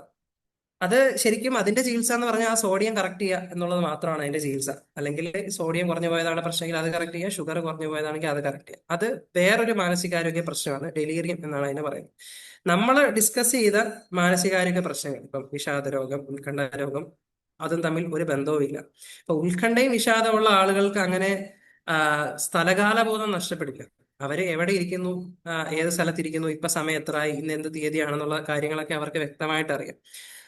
അതും ഇതും തമ്മിൽ ഒരു ബന്ധവും ഇല്ലാത്ത രണ്ട് അസുഖങ്ങളാണ്. അപ്പം സമ്മർദ്ദം കാരണം ഉണ്ടാകുന്ന മാനസികാരോഗ്യ പ്രശ്നങ്ങൾ വിഷാദരോഗം, ഉത്കണ്ഠാരോഗം എന്നുള്ളത് അത് ചില മെഡിക്കൽ കണ്ടീഷൻസിന്റെ ഭാഗമായിട്ട് ഉണ്ടാകും. നമ്മൾ നേരത്തെ പറഞ്ഞ പോലെ ഈ തൈറോയിഡിന്റെ പ്രശ്നങ്ങളുള്ളവർക്ക് വിഷാദരോഗം വളരെ കോമൺ ആയിട്ട് കാണാറുണ്ട്. അതുപോലെ വേറെ ചില അസുഖങ്ങളുള്ളവർക്ക് ഉത്കണ്ഠ അതിന്റെ കൂടെ വരും. ഇപ്പൊ ക്യാൻസർ പോലുള്ള അസുഖങ്ങളുള്ളവർ, അതുപോലെ ഷുഗറിന്റെ അസുഖം ഒരുപാട് നാളായിട്ടുള്ളവർക്ക് ഈ ആങ്സൈറ്റി, ഡിപ്രഷൻ അങ്ങനെയുള്ള അസുഖങ്ങൾ കൂടുതലായിട്ട് വരാറുണ്ട്. അത് വേറൊരു കൂട്ട അസുഖമാണ്. ഈ സോഡിയം കുറയുന്നു എന്ന് പറയുന്ന പ്രശ്നം ഡെലീരിയം എന്ന് പറയുന്ന വേറൊരു അവസ്ഥയാണ്. അതൊരു പെട്ടെന്നുണ്ടാകുന്ന സ്ഥലകാല ബോധമില്ലായ്മയാണ്. അത് രണ്ട് പ്രശ്നങ്ങളാണ്. രണ്ടും തമ്മിൽ നമുക്ക് കൂട്ടിച്ചേർത്ത് പറയാൻ പറ്റുന്ന ഒരു സംഗതിയല്ല. അതായിരുന്നു ആദ്യത്തെ ചോദ്യം. രണ്ടാമത്തെ ചോദ്യം, നമുക്കങ്ങനെ ലോകം കീഴ്മേൽ മറിച്ച ആളുകൾ എല്ലാവരും കുറച്ച് നാളെ ഉറങ്ങിയിട്ടുള്ളൂ എന്നുള്ളത് ഒരു ഓവർ ജനറലൈസേഷൻ ആണെന്ന് പറയേണ്ടി വരും. അങ്ങനെ നമുക്ക് പറയാൻ പറ്റില്ല. ചുരുക്കം ചില ആളുകളുടെ കാര്യം നമ്മൾ അങ്ങനെ കേട്ടിട്ടുണ്ട്, അവർ കുറച്ചേ ഉറങ്ങാറുള്ളൂ എന്നുള്ളത്. അത് ഞാൻ നേരത്തെ പറഞ്ഞ പോലെ ചില എക്സെപ്ഷൻസ് ആണ്. ചിലർ ഷോർട്ട് സ്ലീപ്പേഴ്സ് ആയിരിക്കും. അവർക്ക് കുറച്ച് ഉറങ്ങിയാൽ തന്നെ അവർക്ക് കൂടുതൽ കാര്യങ്ങൾ വർക്ക് ചെയ്യാൻ പറ്റുകയും കൂടുതൽ കാര്യങ്ങൾ ചെയ്യാൻ പറ്റും. പക്ഷെ ഇപ്പൊ ലോകം കീഴ്മേൽ മറിച്ചു, അല്ലെങ്കിൽ ലോകത്ത് ഒരുപാട് സംഭാവന തന്നിട്ടുള്ള ആളുകൾ തന്നെ വളരെ നല്ല രീതിയിൽ ഉറങ്ങുന്ന ആളുകളും ഉണ്ട്. അത് നമുക്ക് ഗൂഗിളിൽ പരിശോധിച്ച് കഴിഞ്ഞാൽ അതിനെ പറ്റിയുള്ള ഇൻഫർമേഷൻ കിട്ടും. ഉറക്കം വളരെ എനിക്ക് സഹായകരമായി, ഞാൻ നല്ലോണം ഉറങ്ങിയത് എന്റെ ബുദ്ധി ശക്തി വർദ്ധിപ്പിക്കാനും പ്രായമായപ്പോൾ പോലും എനിക്ക് വളരെയധികം കാര്യങ്ങൾ ചെയ്യാനും അത് ഹെൽപ്പ് ചെയ്തു എന്ന് പറയുന്ന ധാരാളം വ്യക്തിത്വങ്ങളുണ്ട്. അപ്പൊ നമുക്ക് അങ്ങനെ ജനറലൈസ് ചെയ്ത് ഉറക്കം കുറവുള്ളവർക്ക് ഒരുപാട് കാര്യങ്ങൾ ചെയ്യാൻ പറ്റും എന്ന് പറയുന്നതിനകത്തൊരു പ്രശ്നമുണ്ട്. അങ്ങനെയല്ല. ഒരുപാട് പേര് നല്ലോണം ഉറങ്ങിയിട്ട് തന്നെ അവർക്ക് കാര്യങ്ങൾ ചെയ്യാൻ പറ്റുകയും സമൂഹത്തിൽ എഫക്റ്റീവായിട്ട് ഇടപെട്ടവരും ഉണ്ട്. ഇത് മറ്റേത് ചില എക്സെപ്ഷൻസ് മാത്രമാണ്. അത് വെച്ച് നമുക്ക് ജനറലൈസ് ചെയ്ത് പറയാൻ പറ്റില്ല. Thank you. Okay, thank you sir. അടുത്തതായിട്ട് ഹാൻഡ് റൈസ് ചെയ്തിരിക്കുന്നത് ശ്രീ ചെറിയാൻ ജോൺ സാറാണ്. സാറിന് ഇപ്പോൾ സംസാരിക്കാം. ഡോക്ടറെ good evening. Good evening. Cherian John from Mumbai. ഡോക്ടറെ പറഞ്ഞതെല്ലാം വളരെ ഇൻഫർമേഷൻ വളരെ നല്ലതായിരുന്നു. വളരെ ക്ലിയർ ആയിട്ടുള്ള ഇൻഫർമേഷനാണ് ഈ ടെൻഷൻ പിടിച്ച ലോകത്ത് നമ്മൾ ജീവിക്കുമ്പോൾ. അതുപോലെ തന്നെ ഡോക്ടറെ ഞാൻ ചോദിക്കുന്നത്, ഈ വിറ്റാമിൻ ഡെഫിഷ്യൻസിക്ക് ഈ അലോപ്പതിക്ക് പോകുന്നതിന് പകരം ഹോമിയോപ്പതിക്ക് പോകല്ലേ നല്ലത്? നാട്ടിലായാലും എവിടെ ആയാലും ഇപ്പോൾ പ്രിഫർ ചെയ്യുന്നത് ഹോമിയോപ്പതിയാണ്. ഈ അലോപ്പതി കഴിച്ച പലരും പലതര പ്രശ്നങ്ങളാണ്, സീരിയസ് പ്രശ്നങ്ങൾ. അവര് നാളെ മരിക്കുന്ന പോലെ ആ രീതിയിലുള്ള നാട്ടിലായാലും ഇവിടെ ആയാലും എല്ലായിടത്തും തന്നെ അവരെ കെയർ ചെയ്യാനോ അങ്ങനൊന്നും ആരും. ഞാൻ പറയുന്നത് ഇപ്പം ഈ പ്രോബ്ലം വരുന്നതിന് ഈ വെജിറ്റബിൾസ് ആൻഡ് ഫ്രൂട്ട്സിൽ ഈ വിറ്റാമിൻ ഇൻക്ലൂഡ് ചെയ്തിട്ടുള്ള ഫ്രൂട്ട്സോ വെജിറ്റബിളുണ്ട്, അത് കഴിക്കുന്നതായിരിക്കും ഏറ്റവും നല്ലതെന്ന് എൻ്റെ അഭിപ്രായം. പക്ഷെ ഇവിടെ അതാ നാട്ടിലായാലും കൂടുതലും ആൾക്കാർ പ്രിഫർ ചെയ്തുകൊണ്ടിരുന്നത് നേരത്തെ ഉള്ള ആൾക്കാരൊക്കെ. അതും പ്രകാരം അതിന് വല്ല വിറ്റാമിൻ ഡെഫിഷ്യൻസികളുള്ള വെജിറ്റബിൾ ഫ്രൂട്ട്സ് കഴിക്കാനുള്ള മാർഗം എന്തായാലും ഏതൊക്കെയാണെന്ന് പറഞ്ഞാൽ അതും വളരെ ഉപകാരമായിരുന്നു. കേൾക്കാനും തയ്യാറാണ്. അപ്പം ഇതിന് ഞാൻ പറയാൻ പോകുന്ന മറുപടി കുറച്ച് വിവാദപരമായിരിക്കും. എങ്കിലും ഞാന് ഇപ്പം അലോപ്പതി എന്ന് പറഞ്ഞു. അലോപ്പതി എന്ന് പറഞ്ഞു കഴിഞ്ഞാല് അത് നമ്മളിപ്പം അലോപ്പതി എന്നൊരു ചികിത്സാ രീതി അല്ല. നമ്മൾ ഇപ്പോഴത്തെ ഇപ്പൊ ഞാൻ സൈക്കാട്രിസ്റ്റ് അല്ലെങ്കിൽ ഓർത്തോപീഡീഷ്യൻ, ഫിസിഷ്യൻ എന്നുള്ളത് ചികിത്സിക്കുന്ന ചികിത്സാ മേഖലയുടെ പേര് മോഡേൺ മെഡിസിൻ എന്നാണ്. അതായത് ഒരു രോഗം ഉണ്ടെങ്കിൽ ആ രോഗത്തിന്റെ കാരണം കണ്ടെത്തി, എന്തുകൊണ്ട് ആ രോഗം ഉണ്ടാകുന്നു എന്നുള്ളത് കണ്ടെത്തി രോഗനിർണയം നടത്തി അതിനാവശ്യമായിട്ടുള്ള മരുന്നുകൾ കൊടുക്കുന്ന ചികിത്സാ രീതിയാണ് മോഡേൺ മെഡിസിൻ എന്ന് പറയുന്നത്. അലോപ്പതി എന്ന് പറയുന്ന ഒരു വൈദ്യശാഖയിൽ നിന്നില്ല. അത് നമ്മൾ പണ്ട് പറയുന്ന ഒരു പേരാണെന്ന് മാത്രമേ ഉള്ളൂ. ഇപ്പൊ അലോപ്പതി എന്നൊരു ചികിത്സ എവിടെയും ഇല്ല. അപ്പൊ അതിന് അലോപ്പതി എന്നല്ല പറയുന്നത്, അത് മോഡേൺ മെഡിസിൻ എന്നാണ് പറയുന്നത്. അപ്പം നമ്മളിപ്പോൾ തന്നെ ഇന്ന് സ്ട്രെസ് എന്തുകൊണ്ട് ഉണ്ടാകുന്നു എന്നുള്ളതിനെ പറ്റി വളരെ ലളിതമായിട്ട് ഞാൻ വിശദീകരിക്കാൻ ശ്രമിച്ചു. അത് കുറച്ച് മനസ്സിലായി കാണുമെന്ന് വിശ്വസിക്കുന്നു. അപ്പം നമ്മൾ ഈ സ്ട്രെസ്സിനെ അല്ലെങ്കിൽ ഇങ്ങനെയുള്ള മാനസികാരോഗ്യ പ്രശ്നങ്ങളെ അതിന് കാരണം എന്താണെന്ന് കണ്ടെത്തി ചികിത്സിക്കുകയാണ് നമ്മൾ മോഡേൺ മെഡിസിനിൽ ചെയ്യുന്നത്. ഇപ്പം നേരത്തെ പറഞ്ഞ പോലുള്ള ഇതര വൈദ്യശാഖകൾ, അപ്പൊ ഞാൻ പേരെടുത്ത് പറയുന്നില്ല, നേരത്തെ പറഞ്ഞ പോലുള്ള വൈദ്യശാഖകളുടെ പ്രശ്നം, ഇതൊക്കെ കുറച്ച് വളരെ പണ്ട് കണ്ടുപിടിക്കപ്പെട്ട ചില വൈദ്യശാഖകളാണ്. അതായത് അന്നൊന്നും നമുക്ക് എന്തുകൊണ്ട് ഈ പ്രശ്നങ്ങൾ ഉണ്ടാകുന്നു എന്നുള്ളതിനെ പറ്റി യാതൊരു അവബോധവുമില്ല. കാരണം അത് കണ്ടുപിടിക്കാൻ നമുക്ക് യാതൊരു മാർഗങ്ങളില്ലായിരുന്നു. അന്ന് സ്കാനിങ്ങുകളോ അല്ലെങ്കിൽ രക്തപരിശോധനയോ ഒന്നും ചെയ്യാനുള്ള മാർഗങ്ങളില്ലായിരുന്നു. രോഗങ്ങൾ എന്തുകൊണ്ട് അതിന്റെ മോളിക്യുലാർ ലെവലിൽ എന്തുകൊണ്ട് ആ രോഗം ഉണ്ടാകുന്നു എന്ന് നമുക്ക് തിരിച്ചറിയാൻ യാതൊരു മാർഗവും ഇല്ലാത്ത സമയത്ത് കണ്ടുപിടിക്കപ്പെട്ട ചില ചികിത്സാ രീതികളാണ് മുൻപ് പറഞ്ഞത്. അത് ചില കേസിൽ നമുക്ക് പ്രയോജനപ്പെട്ടേക്കാം. പക്ഷെ അത് ആ ചികിത്സാ രീതിയുടെ മെച്ചം കൊണ്ടല്ല, അത് നമുക്ക് പ്ലാസിബോ ഇഫക്റ്റ് എന്ന് പറയുന്ന ഒരു എഫക്റ്റ് ഉണ്ട്. അതായത് ചില അസുഖങ്ങൾ നമുക്ക് മരുന്ന് എന്തെങ്കിലും ഒരു സാധനം കഴിച്ചാലും ആ അസുഖം മാറിയതായിട്ട് നമുക്ക് ഫീൽ ചെയ്യാം. ഇപ്പോൾ ഒരു പനി ഒരു 7 ദിവസത്തേക്ക് ആയുസേ ഉള്ളൂ. അത് മരുന്ന് കഴിച്ചാലും കഴിച്ചില്ലെങ്കിലും 7 ദിവസം കഴിയുമ്പോൾ അത് മാറും. അപ്പൊ നമ്മൾ എന്തെങ്കിലും ഒരു സാധനം ആ സമയത്ത് കഴിച്ചു കഴിഞ്ഞാൽ അത് കഴിച്ചുകൊണ്ട് എനിക്ക് പനി മാറി എന്ന് നമുക്ക് തോന്നും. അത് നമ്മുടെ ഒരു തോന്നൽ മാത്രമാണ്. രോഗത്തിന്റെ യഥാർത്ഥ പ്രശ്നം കണ്ടെത്തി ചികിത്സിക്കുന്നത് മോഡേൺ മെഡിസിൻ മാത്രമാണ് എന്നുള്ളതാണ് അതിന്റെ വസ്തുത. പിന്നെ മോഡേൺ മെഡിസിനിലെ മരുന്നുകൾ കഴിച്ചു, അതിനെപ്പറ്റി നമ്മൾ പ്രസന്റേഷനിൽ തന്നെ ഡീറ്റെയിൽ ആയിട്ട് പറഞ്ഞിരുന്നു. ഇപ്പൊ മരുന്നുകൾ നമ്മൾ പറഞ്ഞല്ലോ, ഈ ഫലം ഉണ്ടാകുന്ന ഏത് സാധനവും പാർശ്വഫലങ്ങളും ഉണ്ടാകും. ഒരു വസ്തു നമ്മൾ ഉള്ളിലോട്ട് എടുക്കുമ്പം അതിന് പാർശ്വഫലങ്ങൾ ഇല്ല എന്ന് പറഞ്ഞാൽ അതിന്റെ അർത്ഥം അതിന് ഫലവും ഇല്ലെന്നാണ്. അപ്പം മോഡേൺ മെഡിസിനിൽ മരുന്നുകൾ ഉപയോഗിക്കുന്നത് വളരെ കുറഞ്ഞ പാർശ്വഫലവും നല്ല ഫലങ്ങളും ഉണ്ടാകുന്ന മെഡിസിൻ, ആ രോഗത്തിന്റെ കാരണം കണ്ടെത്തി ചികിത്സിക്കാനുള്ള മരുന്നുകളാണ് കൊടുക്കുന്നത്. അപ്പൊ അത് വളരെയധികം ആളുകൾ നന്നായിട്ട് ഉപയോഗിക്കുകയും അവർക്ക് അത് കാരണം നല്ലൊരു രോഗശാന്തി ലഭിക്കുകയും ചെയ്യുന്നുണ്ട്. അപ്പൊ അതുകൊണ്ട് ആ പറഞ്ഞൊരു വാദത്തോടെ എനിക്ക് വലിയ യോജിപ്പില്ല. പിന്നെ ഈ പറഞ്ഞതുപോലെ ഭക്ഷണ കാര്യങ്ങൾ, ഇപ്പം തീർച്ചയായിട്ടും നല്ല ഭക്ഷണം കഴിക്കുന്നതിന് നമ്മുടെ മാനസികവും ശാരീരികവും ആരോഗ്യം മെച്ചപ്പെടുത്താൻ വലിയൊരു റോളുണ്ട്. നമ്മൾ പ്രത്യേകിച്ച് മാനസികാരോഗ്യത്തിന് പറയുന്ന ഒരു സംഗതിയാണ് നല്ല ഫ്രൂട്ട്സും വെജിറ്റബിൾസും ഒക്കെയുള്ള ഭക്ഷണം കഴിക്കാൻ. നമ്മൾ പ്രത്യേകിച്ച് പറഞ്ഞ മെഡിറ്ററേനിയൻ ഡയറ്റ് എന്നൊരു ഡയറ്റ് ഉണ്ട്.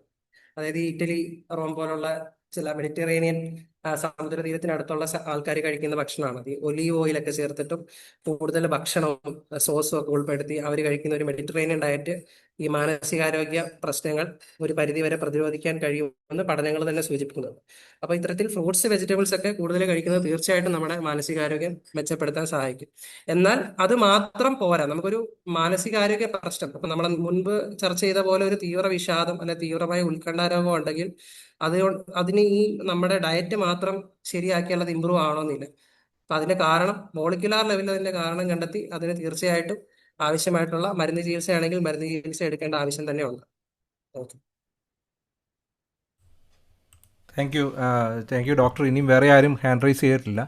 എന്നാൽ ഒരു ചോദ്യം എനിക്ക് ചോദിക്കാനുണ്ട്. പ്രത്യേകിച്ച് നമ്മുടെ ഈ കുട്ടികളുടെ ഇടയിലുള്ള സ്ട്രെസ്സിനെ പറ്റിയിട്ടൊന്ന് അറിഞ്ഞാൽ കൊള്ളാമെന്നുണ്ട്. കാരണം നമ്മളൊക്കെ സ്കൂളുകളിലൊക്കെ പഠിക്കുന്ന സമയത്ത് നമുക്കുണ്ടാകുന്ന മെയിൻ സ്ട്രെസ് എന്ന് പറഞ്ഞാൽ പരീക്ഷ സംബന്ധമായിട്ടുള്ള സ്ട്രെസ്സ് മാത്രമായിരുന്നു. മറ്റുള്ള സ്ട്രെസ്സിനെ പറ്റിയൊന്നും നമ്മളധികം വറി ചെയ്തിട്ടില്ല. എന്നാൽ ഇന്നത്തെ കാലഘട്ടത്തിലെ കുട്ടികളോട് ചോദിച്ചു കഴിഞ്ഞാൽ അവർക്കങ്ങ് എപ്പോഴും അങ്ങ് സ്ട്രെസ്സാണ്. ഈ കുട്ടികളുടെ ഇടയിലുള്ള ആത്മഹത്യകൾ വർദ്ധിക്കുന്നു, വീട് വിട്ടു പോകുന്നവരുടെ എണ്ണം വർദ്ധിക്കുന്നു, എപ്പോഴും അവരങ്ങ് കരച്ചിലാണ്. അങ്ങനെയൊക്കെയുള്ള പല പലമായിട്ടുള്ള പ്രശ്നങ്ങൾ ഈ കുട്ടികളുടെ ഇടയിൽ കണ്ടുവരുന്ന ഒരു നമുക്ക് കാണാനായിട്ട് സാധിക്കും. എന്താണ് ഇപ്പോൾ ഇത്ര അധികമായിട്ട് ഈ കുട്ടികളുടെ ഇടയിൽ ഈ ഒരു സ്ട്രെസ്സ് വർദ്ധിക്കാനായിട്ട് കാരണം? പിന്നെ അതുപോലെ തന്നെ ഇതിന് ഈ സ്ട്രെസ്സ് നമ്മൾ വിറ്റമിൻ ഡി ഡെഫിഷ്യൻസി ഉണ്ടെങ്കിൽ വരുമെന്ന് സാറ് പറഞ്ഞാൽ, ഇപ്പോൾ ഞങ്ങളെപ്പോലുള്ളവരൊക്കെ ഈ സൂര്യപ്രകാശം വളരെ മാസത്തിൽ 6 മാസം മാത്രം കിട്ടുന്ന സ്ഥലങ്ങളിലൊക്കെ താമസിക്കുന്നവരാണ്. അപ്പോൾ നമ്മൾ ഈ വിറ്റമിൻ ഡി സപ്ലിമെൻ്റ് ഇങ്ങനെ കഴിച്ചുകൊണ്ടേ ഇരിക്കുകയാണ്. അതൊരു സ്റ്റോപ്പില്ലാതെ ഇങ്ങനെ ഡെയിലി കഴിച്ചുകൊണ്ടിരിക്കുകയാണ്. അപ്പം അതിങ്ങനെ തുറന്നുകൊണ്ട് പോകുന്നതിൽ നമുക്ക് എന്തെങ്കിലും കുഴപ്പമുണ്ടോ? അപ്പം അത് 2 കാര്യങ്ങൾ അറിഞ്ഞാൽ കൊള്ളാമെന്നുണ്ടായിരുന്നു. ഒന്നാമത്തെ കാര്യം, നമ്മൾ കുട്ടികളുടെ കാര്യത്തില് കുട്ടികളുടെ ഇടയിൽ ഇങ്ങനെ ആരോഗ്യ പ്രശ്നം അല്ലെങ്കിൽ മാനസികാരോഗ്യ പ്രശ്നങ്ങൾ വർദ്ധിക്കുന്നു എന്ന് നമുക്ക് എവിടെയും പഠനങ്ങളൊന്നും പറയുന്നില്ല. വർദ്ധിക്കുന്നു എന്ന് നമുക്ക് തോന്നുന്നതിന്റെ ഒരു കാരണം ഇപ്പം അത്തരം പ്രശ്നങ്ങളുണ്ട് അല്ലെങ്കിൽ ആ പ്രശ്നങ്ങൾ കണ്ടുപിടിക്കാനുള്ള മാർഗങ്ങൾ കുറച്ചുകൂടി വികസിച്ചു എന്ന് പറയുന്നതായിരിക്കും കുറച്ചുകൂടി ശരി. കാരണം നമുക്കിപ്പം ഓരോ സ്റ്റഡീസ് വഴിയും അല്ലെങ്കിൽ മാധ്യമങ്ങൾ വഴിയും കുട്ടികളുടെ ഇടയിലുണ്ടാകുന്ന ആത്മഹത്യ അല്ലെങ്കിൽ അവർ തമ്മിലുണ്ടാകുന്ന പ്രശ്നങ്ങൾ, അവരുടെ മാനസികാരോഗ്യ പ്രശ്നങ്ങളെ പറ്റി പൊതുസമൂഹത്തിൽ കൂടുതൽ ചർച്ച ഉണ്ടാകും. അപ്പൊ നമുക്ക് സ്വാഭാവികമായിട്ടും തോന്നും ഇത് വർദ്ധിച്ചു വരുന്നു.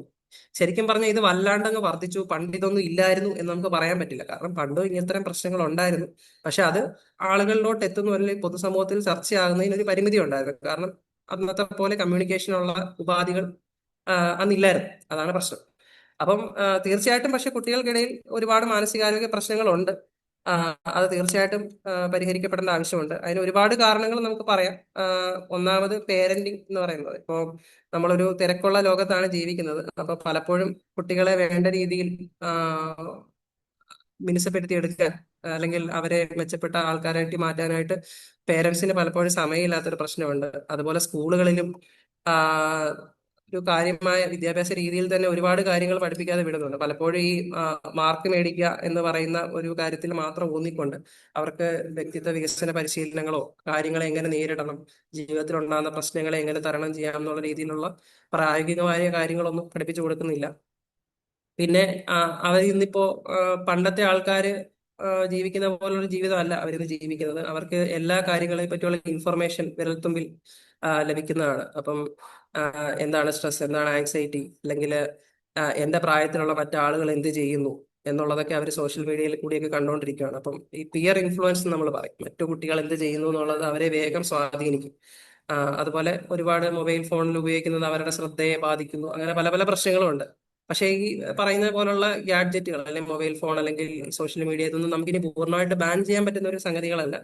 കുട്ടികളെ അത് മിതമായ അളവിൽ ഉപയോഗിക്കാനും ആരോഗ്യകരമായ രീതിയിൽ അവർക്കത് പ്രയോജനപ്പെടുന്ന രീതിയിൽ ഉപയോഗിക്കാനും അവരെ ട്രെയിൻ ചെയ്യേണ്ട ഒരു ആവശ്യമുണ്ട്, പരിശീലിപ്പിക്കേണ്ട ഒരു ആവശ്യമുണ്ട്. അങ്ങനെ നമുക്ക് അവരെ വാർത്തെടുക്കാൻ കഴിയുള്ളൂ. അതുപോലെ അവർക്കുണ്ടാകുന്ന മാനസികാരോഗ്യ പ്രശ്നങ്ങൾ തുറന്നു പറയാനുള്ള ഒരു സ്പേസ് അവർക്ക് വേണം. അതിപ്പോ വീട്ടിലാണെങ്കിൽ വീട്ടിൽ അച്ഛനും അമ്മയും അതിനുള്ള ഒരു സൗഹൃദം അവരുമായിട്ട് സ്ഥാപിക്കേണ്ടതുണ്ട്. സ്കൂളുകളിൽ അതിനുവേണ്ടി ടീച്ചർമാർ അതിനകത്ത് ഇടപെടേണ്ട ആവശ്യമുണ്ട്. അതുപോലെ സ്കൂളുകളിൽ തന്നെ കൗൺസിലേഴ്സും ഈ മാനസികാരോഗ്യ പ്രശ്നങ്ങൾ കണ്ടുപിടിക്കാനുള്ള വിദഗ്ധരും ഉണ്ടാവേണ്ട ഒരു ആവശ്യമുണ്ട്. അതുവഴി നമുക്കൊരു പരിധി വരെ അവരുടെ മാനസികാരോഗ്യ പ്രശ്നങ്ങൾ കണ്ടെത്താനും അതിന് വേണ്ട ചികിത്സ നൽകാനും പറ്റും. രണ്ടാമത് പറഞ്ഞത് ഈ വൈറ്റമിൻ ഡിയുടെ കാര്യം. വൈറ്റമിൻ ഡി മിക്കപ്പോഴും നമ്മുടെ ഇന്ത്യയിലുള്ള അല്ലെങ്കിൽ പുറത്തുള്ള ആളുകളിൽ ടെസ്റ്റ് ചെയ്യുമ്പോൾ പലപ്പോഴും കുറവാണ്. കാരണം നമ്മൾ ഈ പ്രത്യേകിച്ച് ഇപ്പൊ ഇന്ത്യയിലെ കാര്യം പറയുകയാണെങ്കിൽ വെയിൽ കാരണം പലപ്പോഴും പുറത്തിറങ്ങുന്നില്ല. അതുപോലെ തണുപ്പ് രാജ്യങ്ങളിൽ പൊതുവെ വൈറ്റമിൻ ഡി കുറവായിരിക്കും. വൈറ്റമിൻ ഡി സപ്ലിമെന്റുകൾ അങ്ങനെ ഒരു അതിന്റെ ലെവല് നോക്കിയിട്ട് ഇപ്പൊ യൂഷ്വലി നമ്മൾ ആഴ്ചകളിൽ ഒരിക്കൽ കഴിക്കുന്ന മരുന്നുകൾ എന്നുള്ള രീതിയിലാണ് കഴിക്കുന്നത്. അങ്ങനെ കഴിച്ചു പോകുന്നതിൽ പ്രത്യേകിച്ച് വേറെ ആരോഗ്യ പ്രശ്നങ്ങളൊന്നും ഇല്ല. പക്ഷേ ഈ ഒരുപാട് വൈറ്റമിൻ ഡി എടുത്ത് കഴിക്കുന്നത് വൈറ്റമിൻ ഡി ടോക്സിസിറ്റി എന്ന് പറയുന്ന ലെവലിലോട്ട് പോകാം. അതായത് വൈറ്റമിൻ ഡി ലെവൽ വളരെ കൂടുന്ന അവസ്ഥയിലോട്ട് പോകും. അപ്പൊ അങ്ങനെ ചെയ്യാതിരിക്കുന്നതായിരിക്കും നല്ലത്. എപ്പോഴും അങ്ങനെ സപ്ലിമെന്റ് എടുക്കുമ്പോൾ ഒരു ഡോക്ടറെ കണ്ട് അതിന്റെ ലെവൽ ടെസ്റ്റ് ചെയ്ത് ഡോക്ടർ നിർദ്ദേശിക്കുന്ന അളവിൽ നിർദ്ദേശിക്കുന്ന കാലത്തേക്ക് മാത്രം മരുന്ന് ഉപയോഗിക്കുന്നതായിരിക്കും നല്ലത്. Thank you sir. ഇനി ചെറിയാൻ ജോൺ സാർ ഒരു പ്രാവശ്യം കൂടെ ഹാൻഡ് റൈസ് ചെയ്തിട്ടുണ്ട്. സാറിന് ക്വസ്റ്റ്യൻസ് ഉണ്ടെന്ന് വിശ്വസിക്കുന്നു, ചോദിക്കാം. Doctor again Cherian John. ഡോക്ടറെ, ഞാൻ അലോപ്പതി എന്ന് പറഞ്ഞത് ഇംഗ്ലീഷ് മെഡിസിൻ ഉദ്ദേശിച്ചാണ് ഞാൻ പറഞ്ഞത്. നാട്ടൊക്കെ അലോപ്പതി എന്ന് പറഞ്ഞാൽ ഇംഗ്ലീഷ് മെഡിസിനാണ് ഇതുകൊണ്ടിരുന്നത്. പിന്നെ ഡോക്ടറെ, ഞാൻ പറയാൻ വന്നത് ഈ എന്തുമാത്രം ഫാർമസ്യൂട്ടിക്കൽ കമ്പനിയാണ് ദിവസത്തിനോട് വന്നുകൊണ്ടിരിക്കുന്നത്. ഈ മാൻകൈൻഡ് ഫാർമയൊക്കെ വന്നിട്ട് എത്ര വർഷമായി? അത്ര രീതിയിൽ അവർ കെയർ ചെയ്തിട്ടും മെഡിസിൻ എങ്ങോട്ടാണ് പോകുന്നത്? എത്രയോ പേരായി ഹോസ്പിറ്റലിൽ അഡ്മിറ്റ് ചെയ്തിരിക്കുന്ന, വീടുകളിലായാലും പള്ളി എവിടെയായാലും നോക്കിയാൽ ചെറുപ്പക്കാരെ തന്നെ അഡിക്റ്റഡ് ആയിട്ട് ഓരോ കാര്യങ്ങൾ, എന്തെല്ലാം ട്രാജഡി നടക്കുന്നത്. മാതാപിതാക്കൾക്ക് ഒരു മാനുള്ള നഷ്ടപ്പെട്ട് വളരെ ഇതായിട്ടുള്ളതാണ്. മെഡിസിൻ്റെ എന്ന് പറഞ്ഞാൽ ഡോക്ടറെ സമീപിച്ചാൽ ഇപ്പം ഒരു എംപ്ലോയി ഒരു കമ്പനി ജോലി ചെയ്യാൻ ബോംബെയിലെ കാര്യം പറയുന്ന ഡോക്ടർ, അവിടെ ആദ്യമേ മെഡിക്ലെയിമാണ് നോക്കുന്നത്. എത്ര ലക്ഷത്തിൻ്റെ, 5 ലക്ഷത്തിൻ്റെ, 7 ലക്ഷം. അത് കവർ ചെയ്യാനായിട്ട് ഒരു പനി വന്നാൽ ഉടനെ നല്ല ഹോസ്പിറ്റലിൽ പോയി. ഇവിടെ PD ഇൻഡിവിജ്വൽ, KM ഹോസ്പിറ്റല്, പിന്നെ നായർ ഹോസ്പിറ്റൽ, ഇങ്ങനെ ഹോസ്പിറ്റലുണ്ട്. അവിടെ എല്ലാം നല്ല ഹോസ്പിറ്റലിൽ നല്ല ഹെവി മെഡിക്ലെയിം കൊടുത്തിട്ട് അവർ അഡ്മിറ്റ് ചെയ്തിട്ട് ഓഫീസിൽ പോകണ്ടെന്ന് പറയാൻ ഒരാഴ്ച അവിടെ കിടന്നിട്ട് അവർ മെഡിസിൻ കൊടുത്തിട്ട് പനിക്ക് പകരം അതിന് സൈഡ് എഫക്റ്റിനുള്ള വേറെ മെഡിസിൻ കൊടുക്കും. അത് കഴിഞ്ഞിട്ട് അവർ ഈ രീതിയിലാണ് പോകുന്നത്. ഒരു പനിക്ക് വന്ന ബോംബെ ചെന്ന ഡോക്ടർമാർക്ക് അവർക്ക് മെഡിസിൻ അവർ ഡിസ്ട്രിബ്യൂട്ട് ചെയ്യുക, അവർക്ക് അതിന് പൈസ ഉണ്ട്. ആ രീതിയിലുള്ള പ്രവർത്തനം. പക്ഷേ public awareness main thing and telling. Public awareness ഇത് common and it is the minimized this things, reduce this type of small habits, and we can avoid these things in future also. May take a basement for this program. That's I'm telling you. Thank you, doctor. അതിനെപ്പറ്റി വിശദീകരിക്കണോ അതോ സാറിന് എന്തെങ്കിലും പറയാനുണ്ടെങ്കിൽ പറയാം. കേട്ടാ നല്ലതായിരുന്നു doctor. Thank you. Yes. പറയാം. എനിക്ക് ഇച്ചിരി കേട്ടാന്നല്ല നീ അലോപ്പതി മാൻകൈൻ ആ ഫാർമ ഇങ്ങനെ ശരി. ഇംഗ്ലീഷ് മെഡിസിൻ ഇങ്ങനെ വന്നിട്ട് ഓക്കെ. അപ്പൊ അത് ഇത് വേണമെങ്കിൽ നമുക്ക് ഒരു മണിക്കൂർ കൂടെ സംസാരിക്കാവുന്ന വേറൊരു വിഷയമാണ്. നമ്മൾ പറഞ്ഞ വിഷയത്തിൽ നിന്ന് അല്പം തെന്നിമാറിയുള്ള ഒരു വിഷയമാണ്. എങ്കിലും ഞാൻ ലളിതമായിട്ട് പറയാം. ഇത് നമ്മുടെ സമൂഹത്തിൽ ഉള്ള ഒരു പല അന്ധവിശ്വാസങ്ങളിൽ പ്രധാനമായിട്ട് ആരോഗ്യമായിട്ട് ബന്ധപ്പെട്ട ഒരു അന്ധവിശ്വാസമാണ് ഈ മോഡേൺ മെഡിസിനുകൾ വന്നു അതോടെ രോഗങ്ങൾ കൂടി അല്ലെങ്കിൽ ആളുകളുടെ ആരോഗ്യം അത് നശിപ്പിച്ചു എന്നുള്ളത് തീർച്ചയായിട്ടും തെറ്റായിട്ടുള്ളൊരു ധാരണയാണ്. കാരണം മോഡേൺ മെഡിസിനുകൾ വന്ന ശേഷമാണ് നമ്മുടെ ലൈഫ് എക്സ്പെക്ടൻസി, അതായത് ആവറേജ് ആയിട്ടുള്ള നമ്മുടെ ദൈർഘ്യം കൂടിയിട്ടേ ഉള്ളൂ. അപ്പം അത് തന്നെ ഒരു ഇൻഡിക്കേറ്റർ ആണ്.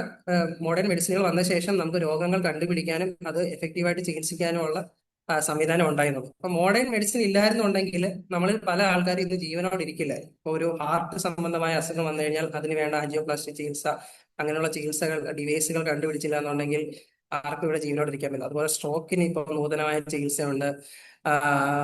മറ്റ് പല അസുഖങ്ങൾക്കും സ്ട്രോക്ക് അല്ലെങ്കിൽ ഹാർട്ട് അറ്റാക്ക്, ക്യാൻസർ തുടലായിട്ട് എത്രയോ അസുഖങ്ങളായിട്ട് ഒരുപാട് പേര് കഷ്ടപ്പെടുന്നുണ്ട്. അവർക്ക് എല്ലാവർക്കും മോഡേൺ മെഡിസിൻ ചികിത്സ കൊണ്ട് മാത്രമാണ് തിരിച്ചൊരു ജീവിതത്തിലോട്ട് വരാൻ കഴിയുന്നത്. ഇത്തരം അസുഖങ്ങൾക്ക് ഇതര വൈദ്യത്തിൽ യാതൊരു എഫക്റ്റീവായിട്ടുള്ള ചികിത്സയില്ല.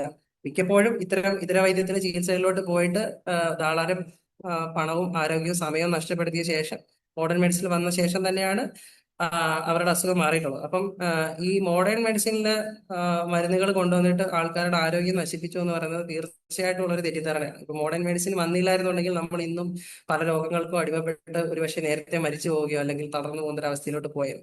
പ്രശ്നം നമ്മള് പ്രായമുള്ള ചില ആളുകൾ ഇപ്പൊ 104 വയസ്സ് വരെ 105 വയസ്സ് വരെ ജീവിച്ച ചില ആളുകളെ നമ്മൾ കാണുമ്പോൾ നമുക്ക് തോന്നുന്ന ഒരു പ്രശ്നമാണ്, ഇവരൊക്കെ ഇത്രയും നാൾ ജീവിച്ചത് ഈ മോഡേൺ മെഡിസിൻ ഒന്നും കഴിക്കാതെ പ്രകൃതിയിൽ നിന്ന് കിട്ടുന്ന സാധനങ്ങൾ മാത്രം കഴിച്ച് ജീവിച്ചുകൊണ്ടാണ്. തീർച്ചയായിട്ടും ഒരു തെറ്റിദ്ധാരണയാണ്. കാരണം അവരുടെ കാലഘട്ടത്തിലെ ആവറേജ് ആയിട്ടുള്ള ആയുർദൈർഘ്യം എന്ന് പറയുന്നത് ഇന്നത്തെക്കാളൊക്കെ വളരെ കുറവാണ്. മിക്കപ്പോഴും അവരോട് ചോദിച്ചു കഴിഞ്ഞാൽ നമുക്ക് മനസ്സിലാവും, അവരുടെ പ്രായത്തിൽ അവരോടൊപ്പം ഉണ്ടായിരുന്നവരെല്ലാവരും 30-40 വയസ്സ് കഴിഞ്ഞപ്പോഴേ മരിച്ചു പോയിട്ടുണ്ടാവും. ഓരോ അസുഖങ്ങൾ കോമൺ ആയിട്ട് പറഞ്ഞ ഈ കോളറ അതുപോലെയുള്ള ഇൻഫെക്ഷൻസ് ഇപ്പം നമുക്ക് അതിനെല്ലാം വാക്സിനുകൾ അവൈലബിൾ ആണ്. അപ്പം ഒരു വല്ലപ്പോഴും ഒരാളായിരിക്കും ഈ ഒരു 100 വയസ്സ് വരെ 104 വയസ്സ് വരെ ജീവിക്കുന്നത്. അയാളെ നമ്മൾ കാണുന്നതുകൊണ്ട് നമുക്ക് ഇവരെല്ലാം 104 വയസ്സ് വരെ ജീവിച്ചു എന്ന് പറയാൻ പറ്റില്ല. അവരുടെ കൂടെ ജനിച്ച പലരും 30 വയസ്സിലും 40 വയസ്സിലും പല അസുഖങ്ങളും വന്ന് മരിച്ചിട്ടുണ്ടാവും. അപ്പൊ ഈ ഒരു വസ്തുത നമ്മൾ മനസ്സിലാക്കാതെയാണ് ഇങ്ങനെ പറയുന്നത്. പിന്നെ ഇപ്പം മോഡേൺ മെഡിസിനിൽ എല്ലാം കറക്റ്റ് ആണ്, ഒരു പ്രശ്നവും ഇല്ലെന്നല്ല പറഞ്ഞത്. ഇപ്പം സ്വാഭാവികമായിട്ടും മരുന്നുകൾക്ക് പൈസ ഉണ്ട്. അപ്പൊ അതിന്റെ പുറകിൽ എന്തായാലും ഒരു മാർക്കറ്റ് ഉണ്ടാവും. പക്ഷെ നമുക്ക് ഒരു രോഗം വന്നു കഴിഞ്ഞാൽ ചികിത്സിക്കാൻ പറ്റുന്ന ഏക മാർഗം എന്ന് പറയുന്നത് അതിന്റെ മോസ്റ്റ് മോഡേൺ ആ അസുഖത്തിന്റെ കാരണം എന്താണ്, അത് കണ്ടെത്തി ചികിത്സിക്കുന്നത് ആരാണ്, അത് കണ്ടെത്തി ചികിത്സിക്കാൻ പറ്റിയ മരുന്ന് ഏതാണ്, അത് എടുക്കുക എന്നുള്ളതാണ് നമുക്ക് അവൈലബിൾ ആയിട്ടുള്ള ഒരേ ഒരു മാർഗം. ഇപ്പോ നമുക്കൊരു മരുന്ന് പറ്റുന്നില്ല എന്നുണ്ടെങ്കിൽ ഡോക്ടറോട് പറയുക, എനിക്ക് ഈ മരുന്ന് സഹിക്കാൻ പറ്റുന്നില്ല, അല്ലെങ്കിൽ ഈ മരുന്ന് കാരണം എനിക്ക് ഈ സൈഡ് എഫക്ട് ഉണ്ടാകും, മറ്റൊരു മരുന്ന് പറയാൻ ഡോക്ടറോട് നമുക്ക് നിർദ്ദേശിക്കാം. ഇനി നമുക്ക് ആ ഡോക്ടർ ശരിയാകുന്നില്ല എന്നുണ്ടെങ്കിൽ തീർച്ചയായിട്ടും നമുക്ക് ആ ഡോക്ടറെ മാറ്റി വേറൊരു ഡോക്ടറെ കാണാവുന്നതേ ഉള്ളൂ. ഇപ്പൊ നമ്മളൊരു ഇലക്ട്രിക്കൽ പ്രശ്നം, നമ്മുടെ വീട്ടിൽ ഒരു ബൾബ് കത്തുന്നില്ല എന്നുണ്ടെങ്കിൽ നമ്മൾ ഇലക്ട്രീഷ്യനെ അല്ലേ വിളിക്കുക. ആ ഇലക്ട്രീഷ്യൻ ചെയ്തിട്ട് ശരിയായില്ല എന്നുണ്ടെങ്കിൽ നമ്മൾ രണ്ടാമത് വേറെ ഇലക്ട്രീഷ്യനെ വിളിച്ച് കാണിക്കും, അല്ലാതെ നമ്മൾ അതൊരു പ്ലംബറെ വിളിച്ച് കാണിക്കരുത്. അപ്പൊ അതുപോലെ ഏത് പ്രശ്നത്തിലും നമ്മൾ ആ പ്രശ്നത്തിന്റെ വിദഗ്ധരായിട്ടുള്ള ഒരാളെ കാണുന്നതായിരിക്കും നല്ലത്.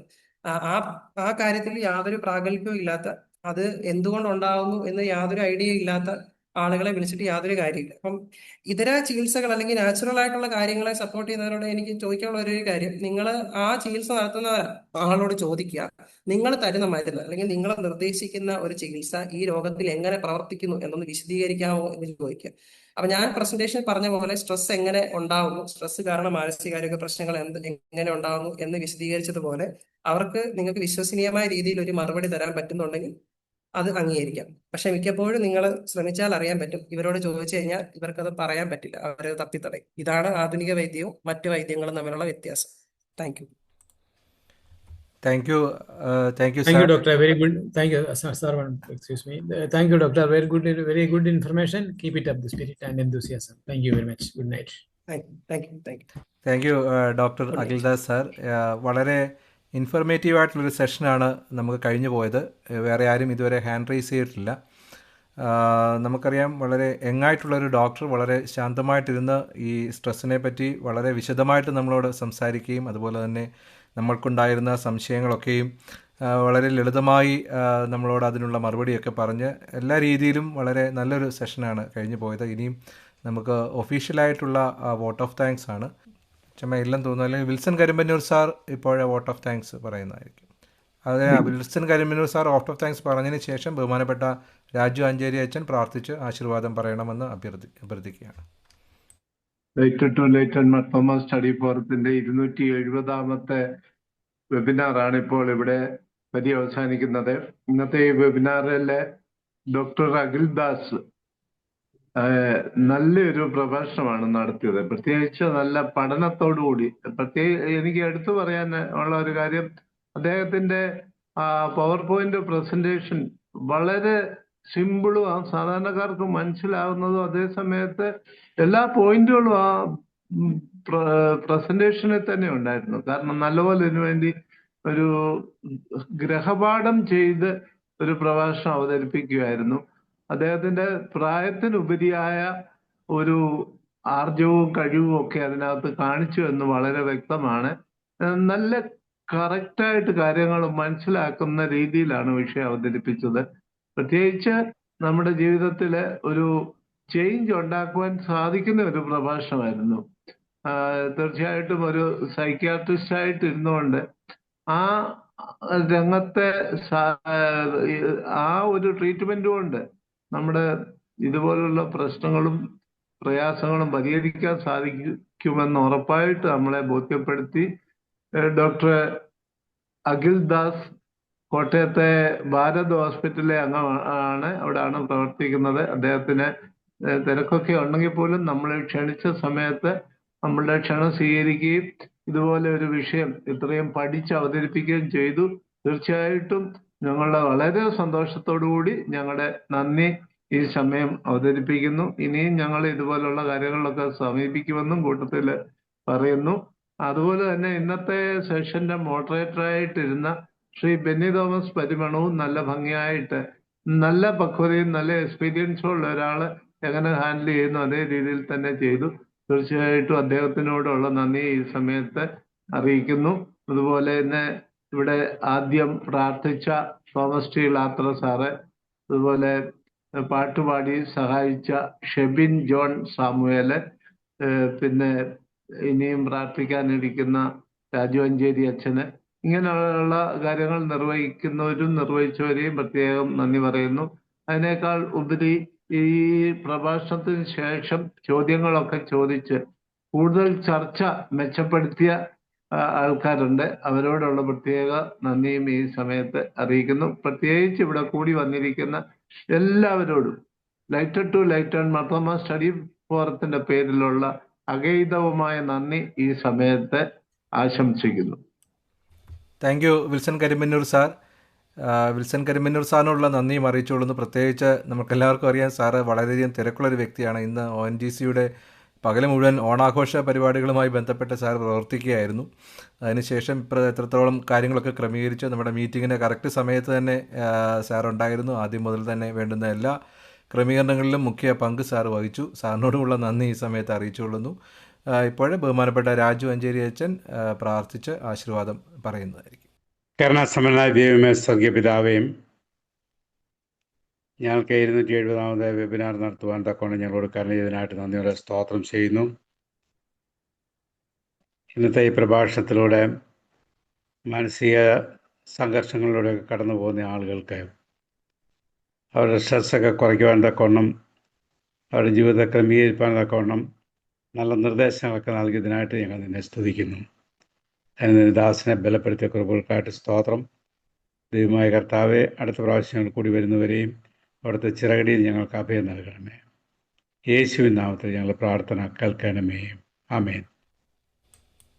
പിതാവും പുത്രനും പരിശുദ്ധമായ ത്രിയേക ദൈവത്തിൻ്റെ അനുഗ്രഹങ്ങളും ആശീർവാദങ്ങളും നമ്മെല്ലാവരും കൂടിയും നാം കേട്ട ചിന്തകളോടുകൂടി ഇന്ന് മുതൽ എന്നേക്കും ഉണ്ടായിരിക്കുമാറാകട്ടെ. ആമേൻ.